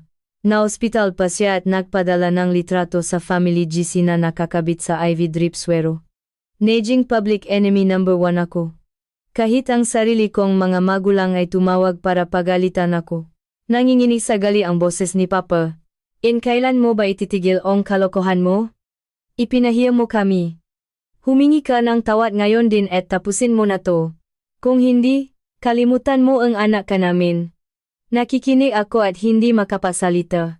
Pangkalahatang panghuhusga. Ito ang kinalagyan ko. Ilang araw akong hindi lumabas sa maliit na apartment ko. Andy nagbazan message. Andy sumago sa mangatawag. Pakiramdam ko'y isa akong islang nakalimutan ng mundo. Nang malapit na akong bumigay, dumating si Sarah. Muntik na niyang sirain ang pinto. Hinila ako mula sa kama at inilagay sa harap ng salamin. Tingnan mo ang sarili mo. Itinuro niya ang isang namumutlang babae na walang kinang sa mata at magulo ang buhok sa salamin. Ito ang gusto nilang mangyari. Wasakin ka, pilitin kang sumuko. Ibibigay mo ba sa kanila ang kasiyahang yon? Isipin mo si Nadine. Niyugyog ako ni Sarah sa balikat. Kung bibigay ka, anong mangyayari sa kanya? Gusto mo ba siyang bumalik sa bahay na punong-punong galit at pananakit para palakihin ng bruhang yun na walang sariling isip? Ang pangalan ni Nadine ay naging parang kuryenteng gumising sa akin. Hindi ako pwedeng sumuko para sa kanya. Hindi ako pwedeng bumagsak. Pero anong gagawin ko? Tiningnan ko si Sarah na parang lifesaver. Lumaban. Kuminang ang mata ni Sarah na parang lobo. Gamitin ang sarili nilang sandata. Mahilig silang makalat ng sismis. Ipakalat natin ang toto. Mahilig silang magdrama sa public. Isampal natin ang mga ebidensya sa pagmumuha nila. Kinuha ni Sarah ang cellphone ko at binuksan ang Facebook page ko, ang damit ni Nadine. Sa oras na iyon, may halos 20,000 followers na ako. Ito ang battlefield mo, sabi niya. Ikwento mo sa followers mo ang toto. Maniwala ka. Hindi tanga ang matao. Maintindihan nila. Pero ilalabas ko ang gawe pamilya sa public. Ang pangit tingnan. Pangit. Ngisi ni Sarah. Inapakan ka na sa putik tapos nagalala ka pa kung maganda tingnan. Ang respeto hindi hinihingi. Pinaglalaban yan. Hindi ka dapat maging biktima. Dapat kang maging mandirigma na ipinagtatanggol ang anak niya. Mandirigma. Tiningnan ko ang sarili ko sa salamin at inayos ang tayo ko.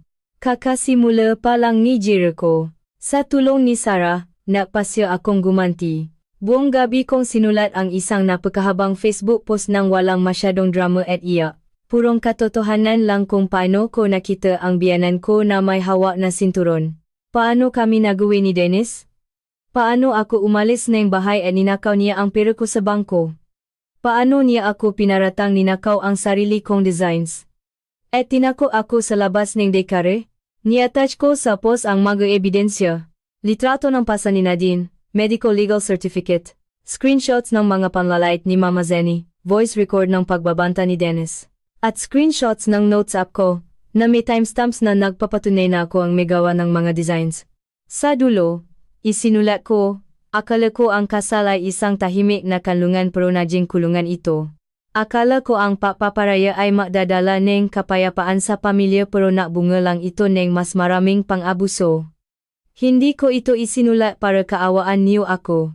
Gusto kong sabihin sa anak ko at sa lahat ng kababayhang nakaranas ng ganito. Kapag tinapakan ang dignidad ninyo, kapag sinaktan ang anak ninyo, hindi ninyo kasalanan. Ang may kasalanan ay ang nananakit at ang kumukunin nito. Hindi tayo dapat manahimik dahil sa hiya. Dapat nating protektahan ang ating sarili at ang ating mga anak gamit ang batas. Dahil tayo ay mga ina at ang isang ina ay laging matapang. Sa huli, naitag ko ang Facebook page ng kumpanya ni Dennis. Ay post ko iyon ng heting gabi. Hindi ako nakatulog kakabantay sa reaksyon ng mga tao. Noona, mabagal pero pasapit ng umaga parang apoy itong kumalat. Viral. Bumuhos ang libo-libong comments at shares. Hala, yakap sis. Ang tapang mo. Stay-at-home mom din ako at naintindihan kita. Toxic na biyenan. Walang kwentang asawa. Nakakabaliw yan. Mga hayop. Sana masuno sa impyerno. Yung lalaki at yung nanay niya nang nakaw pang design ng asawa para kasuhan siya. Ang dumi. Mga momis, share natin to para makilala ng buong Pilipinas ang nga basurang to. Pumanik sa akin ang public opinion. Pinikap ng malalaking Facebook pages. TikTokers at news outlets ang post ko. Lola, binugbog ang sasing anyos na apo. Mr. Ninako ang design ni Mrs. Pagbangon ng isang housewife, nag-trend sa X Twitter at Facebook ang mga hashtags na ito. Ginalugad ng mga galit na netizens ang kumpanya ni Dennis. Ang Facebook page at website ni kumpanya ay binahan ng mga galit na reviews, basurang kumpanya, basurang department head, boycott. Gumagawa kayo ng damit pambata mula sa nakaw na ideya. Matuto muna kayong maging tao bago kayo magnegosyo. Nawalan nege control si Dennis. 8:00 nege umaga tumawag siya. Wala nege bakas ne kayabangan sa boses niya. Puro panichat pagod na lang. Ano ba talagang gusto mo? Gusto mo ba talagang sirain lahat? Sirain? Tumawa ako. Dennis, ikaw ang nakatulak sa akin na kavinto. Burahin mo na yan sa internet ngayon din. Baka matanggal ako sa trabaho. Gusto na akong i-terminate ni management. Aw, nakakaawa naman. Walang kahit anong simpatya sa boses ko. Ayen, sumosobra ka na. Akala mo ba nanalo ka na? Sinasarhan mo ang sarili mong pintuan. Sinong tatanggap sa'yo sa trabaho pagkatapos ng ganitong iskandalo? Sinong matinong lalaki ang makakagusto sa'yo? Ang future ko ay hindi mo na problema. Kalmado kong sagot. 3 bagay lang ang pakialam ko ngayon. Ang anak ko, ang nga-ari-arian ko at hustisya. Ikaw. Nangningit-ngit siya sa galit bago tuluyang sumuko. Mag-usap tayo. Sabihin mo ang mga kondisyon mo. Hindi, putol ko. Wala na tayong dapat pag-usapan. Nasa reklamo na sa korte ang mga kondisyon ko. Makikita tayo doon. Binabal ko ang tawag. Ang tunog ng pagbabal ng telepono ang pinakamagandang musika na narinig ko. Nang maging matapang ako at hindi na siya kinatakutan, napatunayan kong isa lang siyang tigre-tigrean sa papel. Ngunit sandali lang ang kaligayahan ko. Hindi nagtagal. Tumawag ang korte at nagtakda ng petsa para sa court annex mediation para sa kasong legal separation annulment. Pumunta kami ni Sarah sa mediation room. Nakaupo doon si Dennis at isang lalaking mukhang matalas at profesional si Attorney Perez ang abogado niya. Ang samangang hitsura ni Dennis. Nakalubo ang mga mata. Mahaba ang balbas. Wala na ang pagiging disente niya. Tiningnan niya ako. Halong galit. Puot at pagmamakawa ang nasa mga mata niya. Wala si Mama Zenny. Isang mabait na babaeng nasa middle age ang mediator natin. Miss In, Mr. Dennis. Ipinatawa namin kayo ngayon para makapausap kayo bago magsimula ang formal na pagdinig. Mas mabuting idaan sa mayos na usapan ng gulo sa pamilya. Tumikim ang abogado ni Dennis at nagsalita. Your Honor. Madam Mediator. Ang kliyente kong si Mr. Dennis ay taos-pusong nagsisisi sa maabalang na idulot niya kay Miss In dahil sa misunderstanding sa pamilya. Nakakagulat na napakalambot ng tono niya. Nakapaisip-isip na si Mr. Dennis. Inaamin niya ang pagkukulang niya sa relasyon ng kanyang ina at asawa at umaasa siyang mapapatawad. Hinding-hindi niya gustong makipaghiwalay. Hindi gustong makipaghiwalay. Tiningnan ko si Dennis. Nakayuko siya tungkol sa mga kumakalat sa internet. Patuloy ng abogado. Puro fake news lang iyon. Walang nangyaring pagnanakaw ng designs. Pwedeng maglabas ang kumpanya ko ng internal documents na may petsa na magpapatunay na original ang designs namin. Ngumisi ako sa isip ko. Ang pagpeking internal documents ay napakadali lang sa kanila. Tungkol sa bata. Mahal ng kliyente ko ang anak niya at naniniwala siyang ang buong pamilya ang pinakamagandang lugar para sa kanya. Kaya ito ang offer namin. Yurong ni Miss N ang lahat ng kaso TPO, VO at legal separation. Buburahin ang post sa internet at maglalabas ng public apology, retraction. Bilang kapalit, handa si Mr. Dennis na i-transfer ang titulo ng isang one-bedroom condo unit diretso sa pangalan ni Miss In. At pinapangako niyang hindi na makikialam ang ina niya sa buhay nila. Isang condo unit sa Metro Manila, ang galante. Halatang tinamaan siya ang husto sa backlash online kaya handa siyang manuhol ng condo. Tiningnan ako ng mediator. Miss In, anong masasabi mo sa offer nila? Hindi pa man ako nakakapagsalita. Tumawa na si Sarah. Attorney Perez, tama ba? Tiningnan niya ang abogado NG kalaban. Ang ganda pakinggan pero may nakalimutan ka. Ano yun? Walang kwenta yung offer niyong deed of donation. Malinaw na sabi ni Sarah dahil ang condo na yan ay binili nung kasal pa sila. Conjugal property yan. Ang ino-offer mo sa kliyente ko ay ang kalahating ang pag-ari niya na talaga bilang bayad para manahimik siya. Hindi ba nakakatawa yon? Medyo gumalaw ang panga ng abogado pero hindi tumigil si Sarah. At isa pa, hindi tayo nandito para makipagtawaran. Tiningnan niya ako. Naintindihan ko ang tingin niya. Huminga ako ng malalim at matigas na sinabi sa mediator. Hindi ako pumapayag sa areglo. Hindi magbabago ang mga demands ko. Una, hiwalayan at custodian ng anak ko. Pangalawa, hatian ng conjugal properties. Kasama na yung pera na sinubukan niyang itago sa joint accounts. Pangatlo, public apology at danos. Damages mula kay Dennis at Mama Zenny para sa physical at moral damages sa anak ko. Matigas ang posisyon ko. Nanamig ang paligid sa mediation room. Biglang inangat ni Dennis ang ulo niya at hindi makapaniwalang tumingin sa akin. Halatang hindi niya inasahan na tatanggihan ko ang isang condo unit. Napakunot rin ang abogado niya. Bigo ang mediation. Paglabas ng korte, tinapik ako ni Sarah sa balikat. Good job, pero hindi ako makangiti. Alam kong dahil sinuno na namin ang nga tulay, nagaantay sa amin ng isang madugong labanan sa husgado. Hindi pipisugin ang abogado ni Dennis at hindi ko alam kung anong alas ang itatago nila. Ang mga araw bago ang trial ay parang padurusa. Nahahati ang katawan ko sa pag-alaga kay Nadine, pag-asikaso ang negosyo at pagtulong kay Sarah sa mga dokumento para sa kaso. Pagkatapos ng eskandalo sa internet, ang brand kong damit ni Nadine ay sumikat ng husto. Mayroon na akong mahigit 100,000 followers. Bumuhos ang orders na parang ulan. Hindi ko na kinakaya ng maisa. Umupa ako ng maliit na pwesto. Ginawa itong studio at kumuha ng 2 bihasang mananahi. Ang maliit kong negosyo ay naging isang maliit na kumpanya. Kasabay nga ugong ng makina. Nagbabalot kami ng damit at ipinapadala sa mga nanay sa buong Pilipinas. Hindi ako makapaniwalang nakatayo ako sa sarili kong nga paa.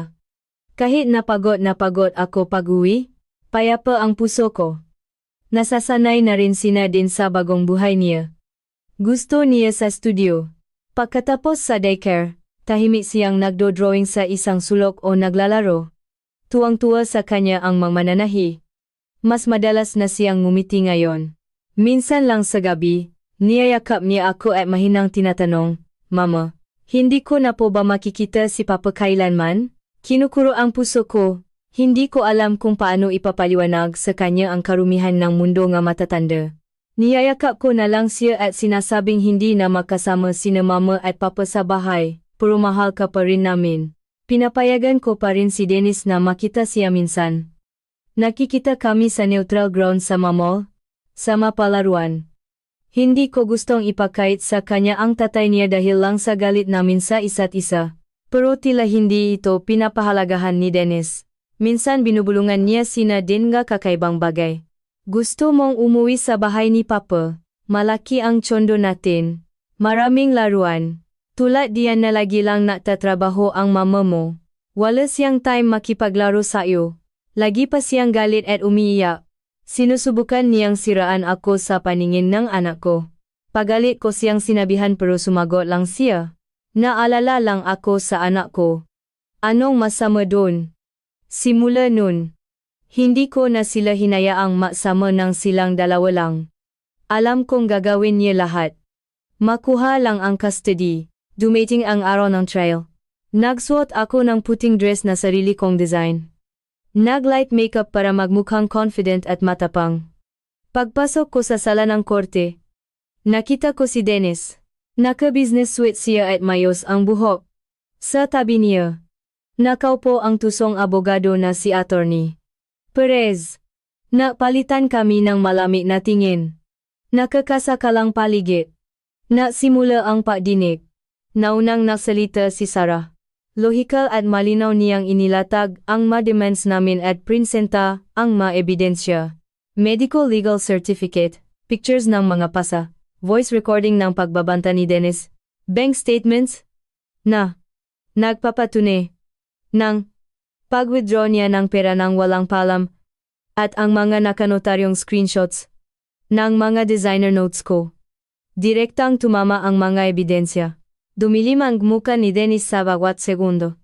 Turno na NH abogado ni Dennis. Hindi itinanggi ni Attorney Perez ang mga ebidensya. Sa halip, napakahusay niyang binago ang anggulo nito. Tungkol sa insidente sa inang respondent Dennis, labis kaming nagsisisi. Ngunit ang matanda ay lumaki sa makalumang pamamaraan. Ang ginawa niya ay dahil sa kagustuhang magdisiplina, hindi dahil sa kalupitan. Taos puso siyang nagsisisi at handang humingi ng tawad. Ginawa niyang maling pagpapalaki ang pisikal na pananakit. Ang audio recording na iyon ay mas salita lamang na nasabi sa init ng pag-away ng mag-asawa. Sino ba sa atin ang hindi nakapagsalita ng masama tuwing nagagalit? Hindi ito sapat na ebidensya para sabihing bayolente ang kliyente ko. Naging simpleng bukso ang damdamin ang pananakot niya sa buhay ko. At tungkol naman sa bank transfers, ini-invest lamang ng respondent ang bahagi ng family budget sa mga corporate projects para mapalago ito. Ito ay normal na pagpapalakat ng pera ng pamilya. Konjugal pa rin ang perang ito. Naging investments ang malisyosong pagtatago ng pera. Nanginginig ako sa galit. Pilit niyang ginagawang puti ang itim. At sa huli ang pinakamahalagang parte. Binago ang abogado ang tono niya. At nagsimulang umatake. Gusto ko pong magtanong sa petitioner kay Miss In. Noong araw nagawa kayo ng biyena niyo. Totoo po bang kumuha kayo ng mabigat na bangkong kahoy at akmang ihahampas ito sa isang 60 anyos na matanda? Ito na ang alas nila. Bumilas ang tibok ng puso ko.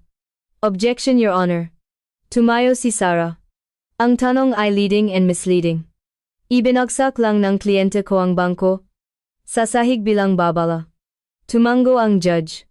Counsel for the respondent. Ayusin ang pagtatanong. Ngumiti si Attorney Perez. Okay po, Your Honor.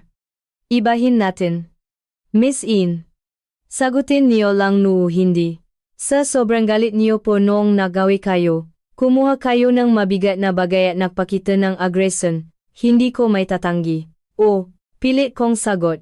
Lumawa ang ngiti ni Attorney Perez. Salamat sa pagiging tapat. Humarap siya sa judge. Your Honor. Malinaw po sa ating lahat na ang petitioner ay may matinding emotional instability at tendency na maging violente. Dahil lang sa simpleng pag-away, handa siyang manakit ni matanda. May sapat na basahan po tayo na maniwala na kung mananatili ang bata sa kanya. Manganganib ang kaligtasan ng bata. Naniniwala po kami na ang lahat ng ibinibintang niya ngayon ay paghihiganti lamang sa kliyente ko dahil hindi kinonsente ng kliyente ko ang pagwawala niya. Makakapagbigay po ba ng mayos at malusog na environment ang isang unstable at emosyonal na ina? Ang mga salita niya ay parang may lasong punyal. Ginawa niya akong isang bali at ang pagdepensa ko sa sarili ay ginawa niyang paghiganti. Napansin kong kumunot ang nuneng judge. May pag-alinlangan sa kanyang nga mata. Bumaksa ang puso ko. Hindi man lang kumurap si Sarah. Pagkarinig doon, kalmado siyang tumayo. Salamat sa counsel sa napakagandang kwento. May halong pangungutya ang boses niya. Pero ang katotohanan ay katotohanan pa rin. Pilit niyong ginagawang baliw ang kliyente ko para pagtakpan ang pang-abusong pisikal at emosyonal na ginawa nege pamilya nege kliyente niyo sa loop ege maraming taon. Sinasabi niyong unstable siya. Paano ba dapat mag-react ang isang normal na ina kapag nakita niyang hinahataw ng sinturon ang 6 anyos na anak niya ng sarili nitong lola? Dapat ba siyang umupo at makipagkape sa abuser? Umagaw ngang atensyon sa buong sala ang boses ni Sarah. Iniangat ng kliyente ko ang bangko pero sa huli ibinaksak niya ito sa sahig at hindi sa ulo ng taong bumubukbok sa anak niya. Hindi iyon pagiging violento. Iyon ang insting ng isang ina na nasa sugdulanan ng kawalan ng pag-asa at galit ngunit napanatili pa rin ang sariling katinuan. Kung ang insting para protektahan ang anak ay tinatawag niyong emotional instability, mayroon pa bang matinong nanay sa mundong ito? Eksaktong tumama ang mga salita ni Sarah. Napansin ko na tumatango ang mga babae sa loob ng korte. Lumambot ang tingin ng judge habang bumaksak naman ang mukha ng abogado. Ngayon ako naman ang may tanong kay Mr. Dennis. Humarap si Sarah sa kanya. Ayon sa ebidensya namin, pauli-ulit na tinatawag ng ina ninyo na pabigay ay palamunin ang anak ninyo. Alam niyo ba ito? Umiwas ng tingin si Dennis. Mama ko, ganyan lang talaga magsalita. Walang masamang intensyon. Ganyan lang magsalita. Diin ni Sarah. At kapag nagrereklamo ang kliyente ko sa inyo, ang lagi niyong sagot, matanda na si mama. Pagbigyan mo na. Ganyan lang ang bibig niyan pero mabait yan. Tama. Namutla si Dennis. Yan mismo ang lagi niyang tinatip sa akin. At nakaeta yan sa ebidensya. At nang umuwi kayo at nakita ang ina niyo na may hawak na sinturon at pasa-pasa ang anak ninyo, ang unang lumabas sa bibig niyo ay paninisi sa inyong asawa. Tama. Palagi ninyong mas inuna ang kapritsong inyong ina kaysa sa masugat ng inyong anak at dignidad ng inyong asawa. Ang isang taong nabubula-bulagan sa karahasan sa sarili niyang pamilya ay hindi makakapagbigay ng malusog na environment para sa bata at tungkol sa sinabiing abogado ninyo na unstable ang income ng kliyente ko. Nakakatawa. Naglabas si Sarah ng manipis na folder. Ito po ang financial statement ng kumpanyang damit ni Nadine na tinayo ng kliyente ko at ang beer tax declaration niya sa huling quarter. Ang benta niya sa loob ng 6 na buwan ay lumakpas sa kalamilyong PHP 500,000 plus. Ang net income niya ay humigit kumulang PHP 200,000 plus. Ang kinikita ng kliyente ko ngayon ay 6 beses na mas malaki kaysa sa barya na binibigay ng asawa niya. Anong basehan niyo para sabihing hindi niya kayang suportahan ang bata? Nang ma-project ang numero sa screen, muntik ng luwatan ni Dennis. Hindi niya inaasahan na ang kinulong niyang housewife ay makakapagtayo ng ganitong negosyo. Nagulat din ang abogado niya hindi sila handa rito. Ang combo na atake ni Sarah ay tuluyang sumira sa depensa nila. Nag-declare recess ang judge at ang decision ay ilalabas balang araw. Paglabas na korte, nanginginig ang magatuhot ko. Pero nasa loob ko ang matinding kumpiyansa. Pagdaan ni Dennis sa tabi ko, tiningnan niya ako. Wala na ang kayabangan sa mga mata niya. Tanging pagsisisi at takot. Alam niyang talo na siya. Ngunit nang akala ko ay tapos na ang lahat. Nakatanggap ako ng tawa mula kay Mama Zenny. Hindi na matinis ang boses niya kundi mahina at pangmatanda. Pwede ba tayong makita? Gusto ko sanang tumanggi pero ramdam kong mahalaga ito. Pumili ako ng isang mataong cafe Starbucks malapit sa bahay. Nakaupo si Mama Zenny sa tabing bintana. Mukha siyang tumanda ngang 10 taon. Pumuti lahat ng buhok niya. Kuba na siya at nakasuot ng lumang damit. Wala na ang dominante at matapang na babae na nakilala ko. Matagal kaming tahimik. Umorder ako ng Amerikano dati. Ayaw mo sa mapait na kapaa? Paos na tanong niya. Nagbabago ang matao. Malamig kong sagot. Dati umiinom lang ako ng matamis na latte kasi sabi ni Dennis dapat daw ang magababay sweet. Gusto mo ba talaga ng hiwalayan? Sa wakas ay tanong niya. Korte ang magdedesisyon. Sagot ko. Dahil lang namalo akong na 2 beses kay Nadine. Mababakas ang hindi niyo pagkakaintindi 2 beses. Alam niyo po ba na pagkatapos ng araw na yon? Isang buong linggong sumisigaw si Nadine sa gabi ng lola. Huwag mo po akong paluin na hanggang ngayon takot siya sa matatalas na ingay. Sabi ng doktor. Acute stress reaction. Iyon. Namutla si Mama Zenny. Ako hindi ko akalaing ganun ang mangyayari. Marami kayong hindi inaakala. Naglabas ako ng cellphone at pinakita sa kanya ang nga comments sa post ko mula sa ibang nga nanay na nagirap sa kamay ng mga biyenan at asawa. Akala niyo batas ang patakaran niyo pero para sa amin impyerno yon. Bakit kayo nandito para magmakawa para kay Dennis? Umiling siya at namula ang mata. Tatanggalin na siya sa trabaho. Dahil sa post mo, nasira ang reputasyon ng kumpanya. Pinapatanggal na siya ng board of directors at isinisi niya lahat sa akin. Sabi niya, kung hindi ko raw pinalo si Nadine, hindi sana mangyayari ito.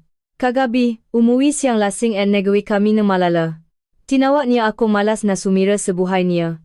Umiyak siya. Unang beses kong nakita ang tunay niyang luha. Ang anak na naging dahilan ng pagkabuhay niya.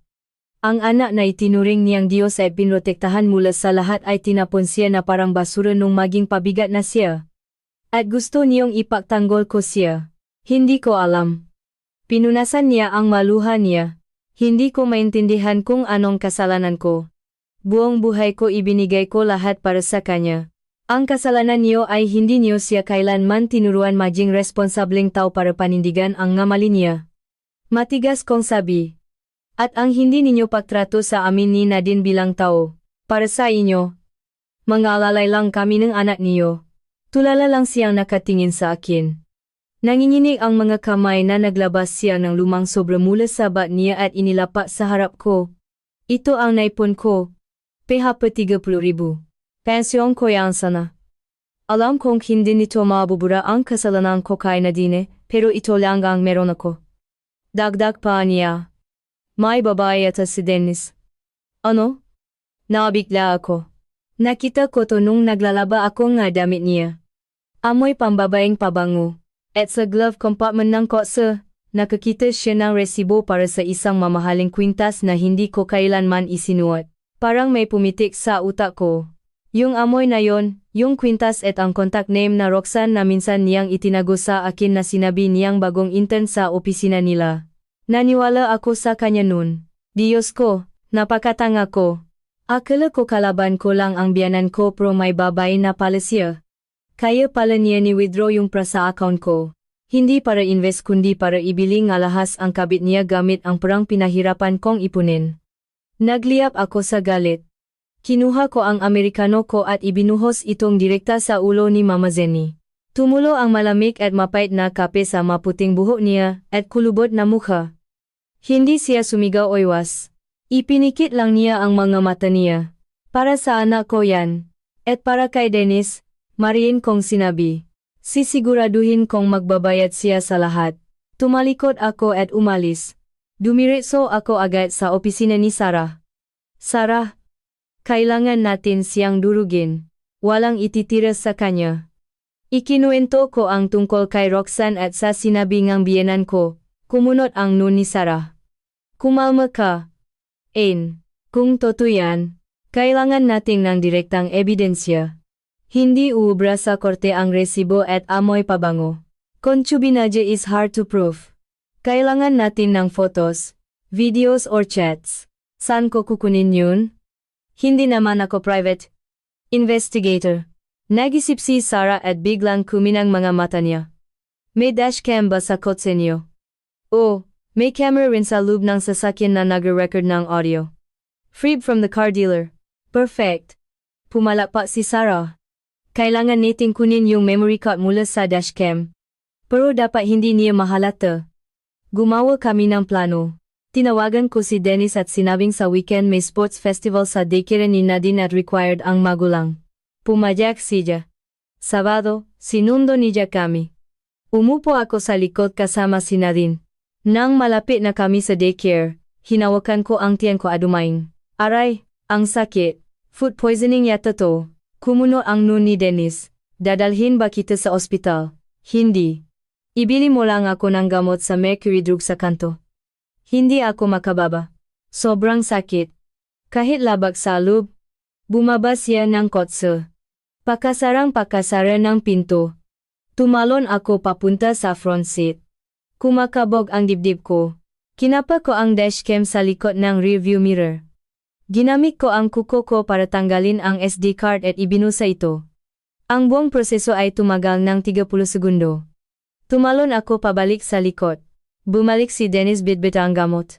Nagkunwari akong ininom ito at nagpatuloy kami. Pagkatapos ng event, tumakbo kami ni Sarah sa bahay niya at isinalpak ang memory card sa laptop. May daan-daang maikling videos iniriwin namin at sa wakas, nahanap din. Gabi, sa parking lot ng Chondo. Bumukas ang pinto at sumakay ang isang babaeng naka-red dress ang intern na si Roxanne. Bumulong siya kay Dennis. Uwi na ako.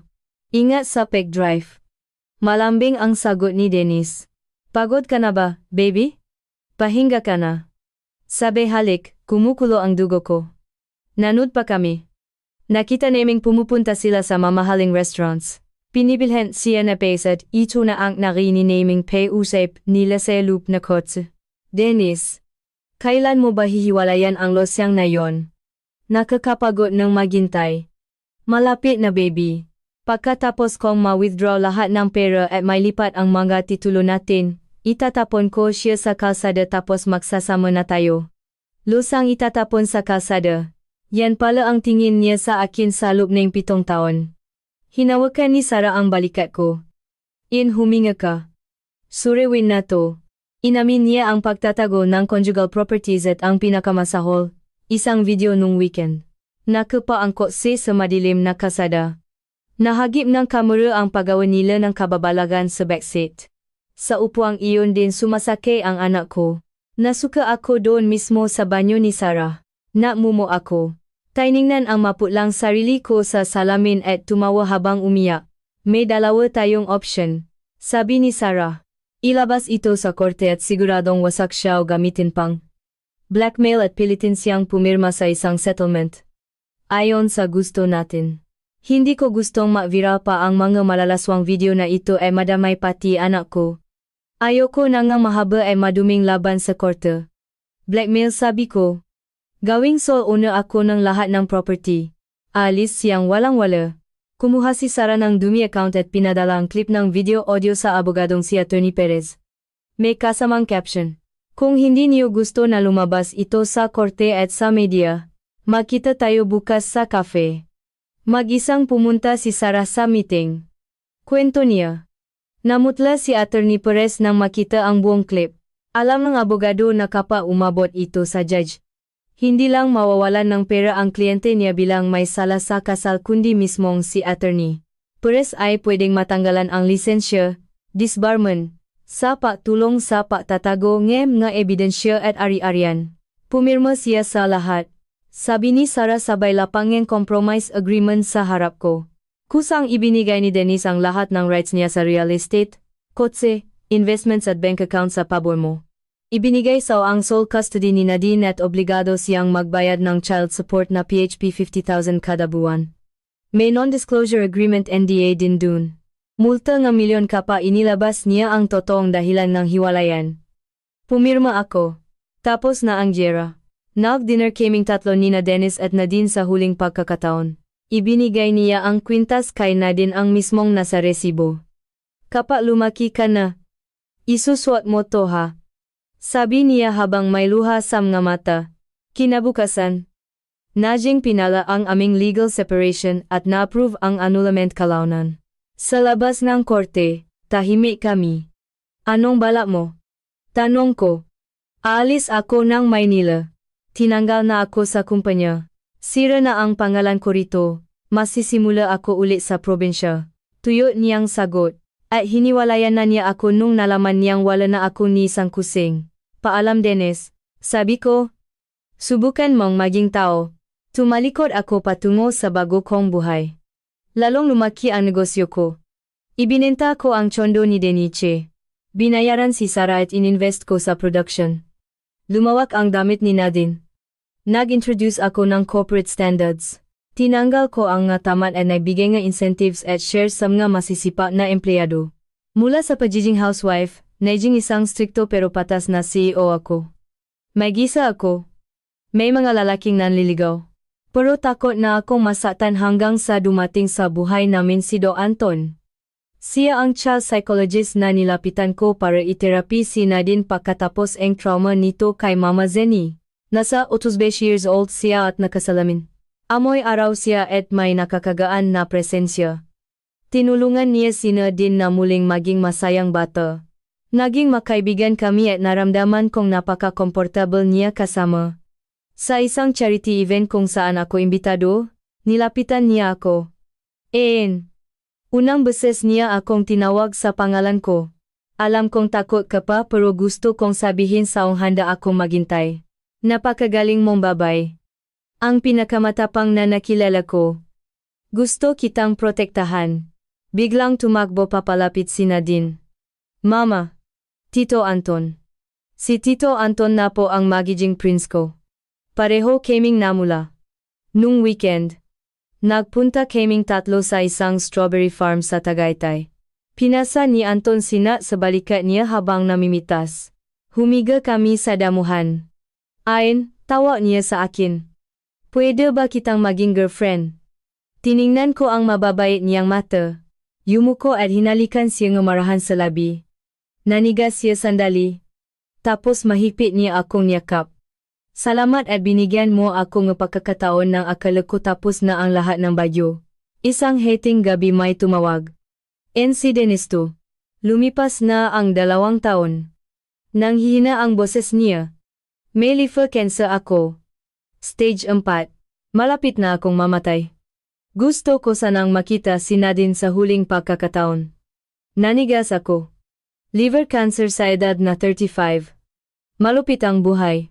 Nag-aalangan ako pero sinabi ni Anton, kailangan niyo ng paalam para makapag-move on. Pumunta kami sa ospital. Parang kalanse na si Dennis. Dilaw ang balat. Nakalubo ang nga mata. Lumapit si Nadine at hinawakan ang tuyot niyang kamay. Papa, mapagaling ka na po. Pupunta pa tayo sa park. Umiyak na sabi nga anak ko. Hinaplos niya ang ulo ni Nadine at humagulgol. Intiningnan niya ako. Gumawa ako ng laswell. Yung konting baryang naipon ko sa probinsya. Lahat kay Nadine mapupunta. At sa life insurance ko. Ikaw ang beneficiary. Utang ko ito sa inyo. Patawarin niyo ako. Kung may susunod na buhay, magiging mabuting tao na ako. Walang susunod na buhay, Dennis. Paalam. Sabi ko. Pakaraan ng isang buwan, namatay siya. Sa burol, tanging si Mama Zenny lang ang naroon. Maitim dahil sa pagdadalamhati at parang nababali na umiyak sa kabaong ng anak niya. Tumayo lang kami ni Nadine sa malayo at umalis. Tuluyan nang sumara ang yuktong iyon ng buhay ko. 1 taon pa ang lumipas. Napakasal kami ni Anton, isang simpleng garden wedding. Si Sarah ang naging maid of honor ko. At si Nadine na nakaputing dress ang taga ng aming masingsing. Tiningnan ako ni Anton at sinabi ang kanyang vow, hindi ko mababago ang nakaraan mo pero isinusumpa kong poprotektahan ko ang kinabukasan mo. Ang buhay mo ngayon ay buhay ko na rin. Umiyak ako. Alam kong sa pagkakataong ito, hindi na ako nakamali. Nahanap ko na ang tunay at payapang kanlungan ko.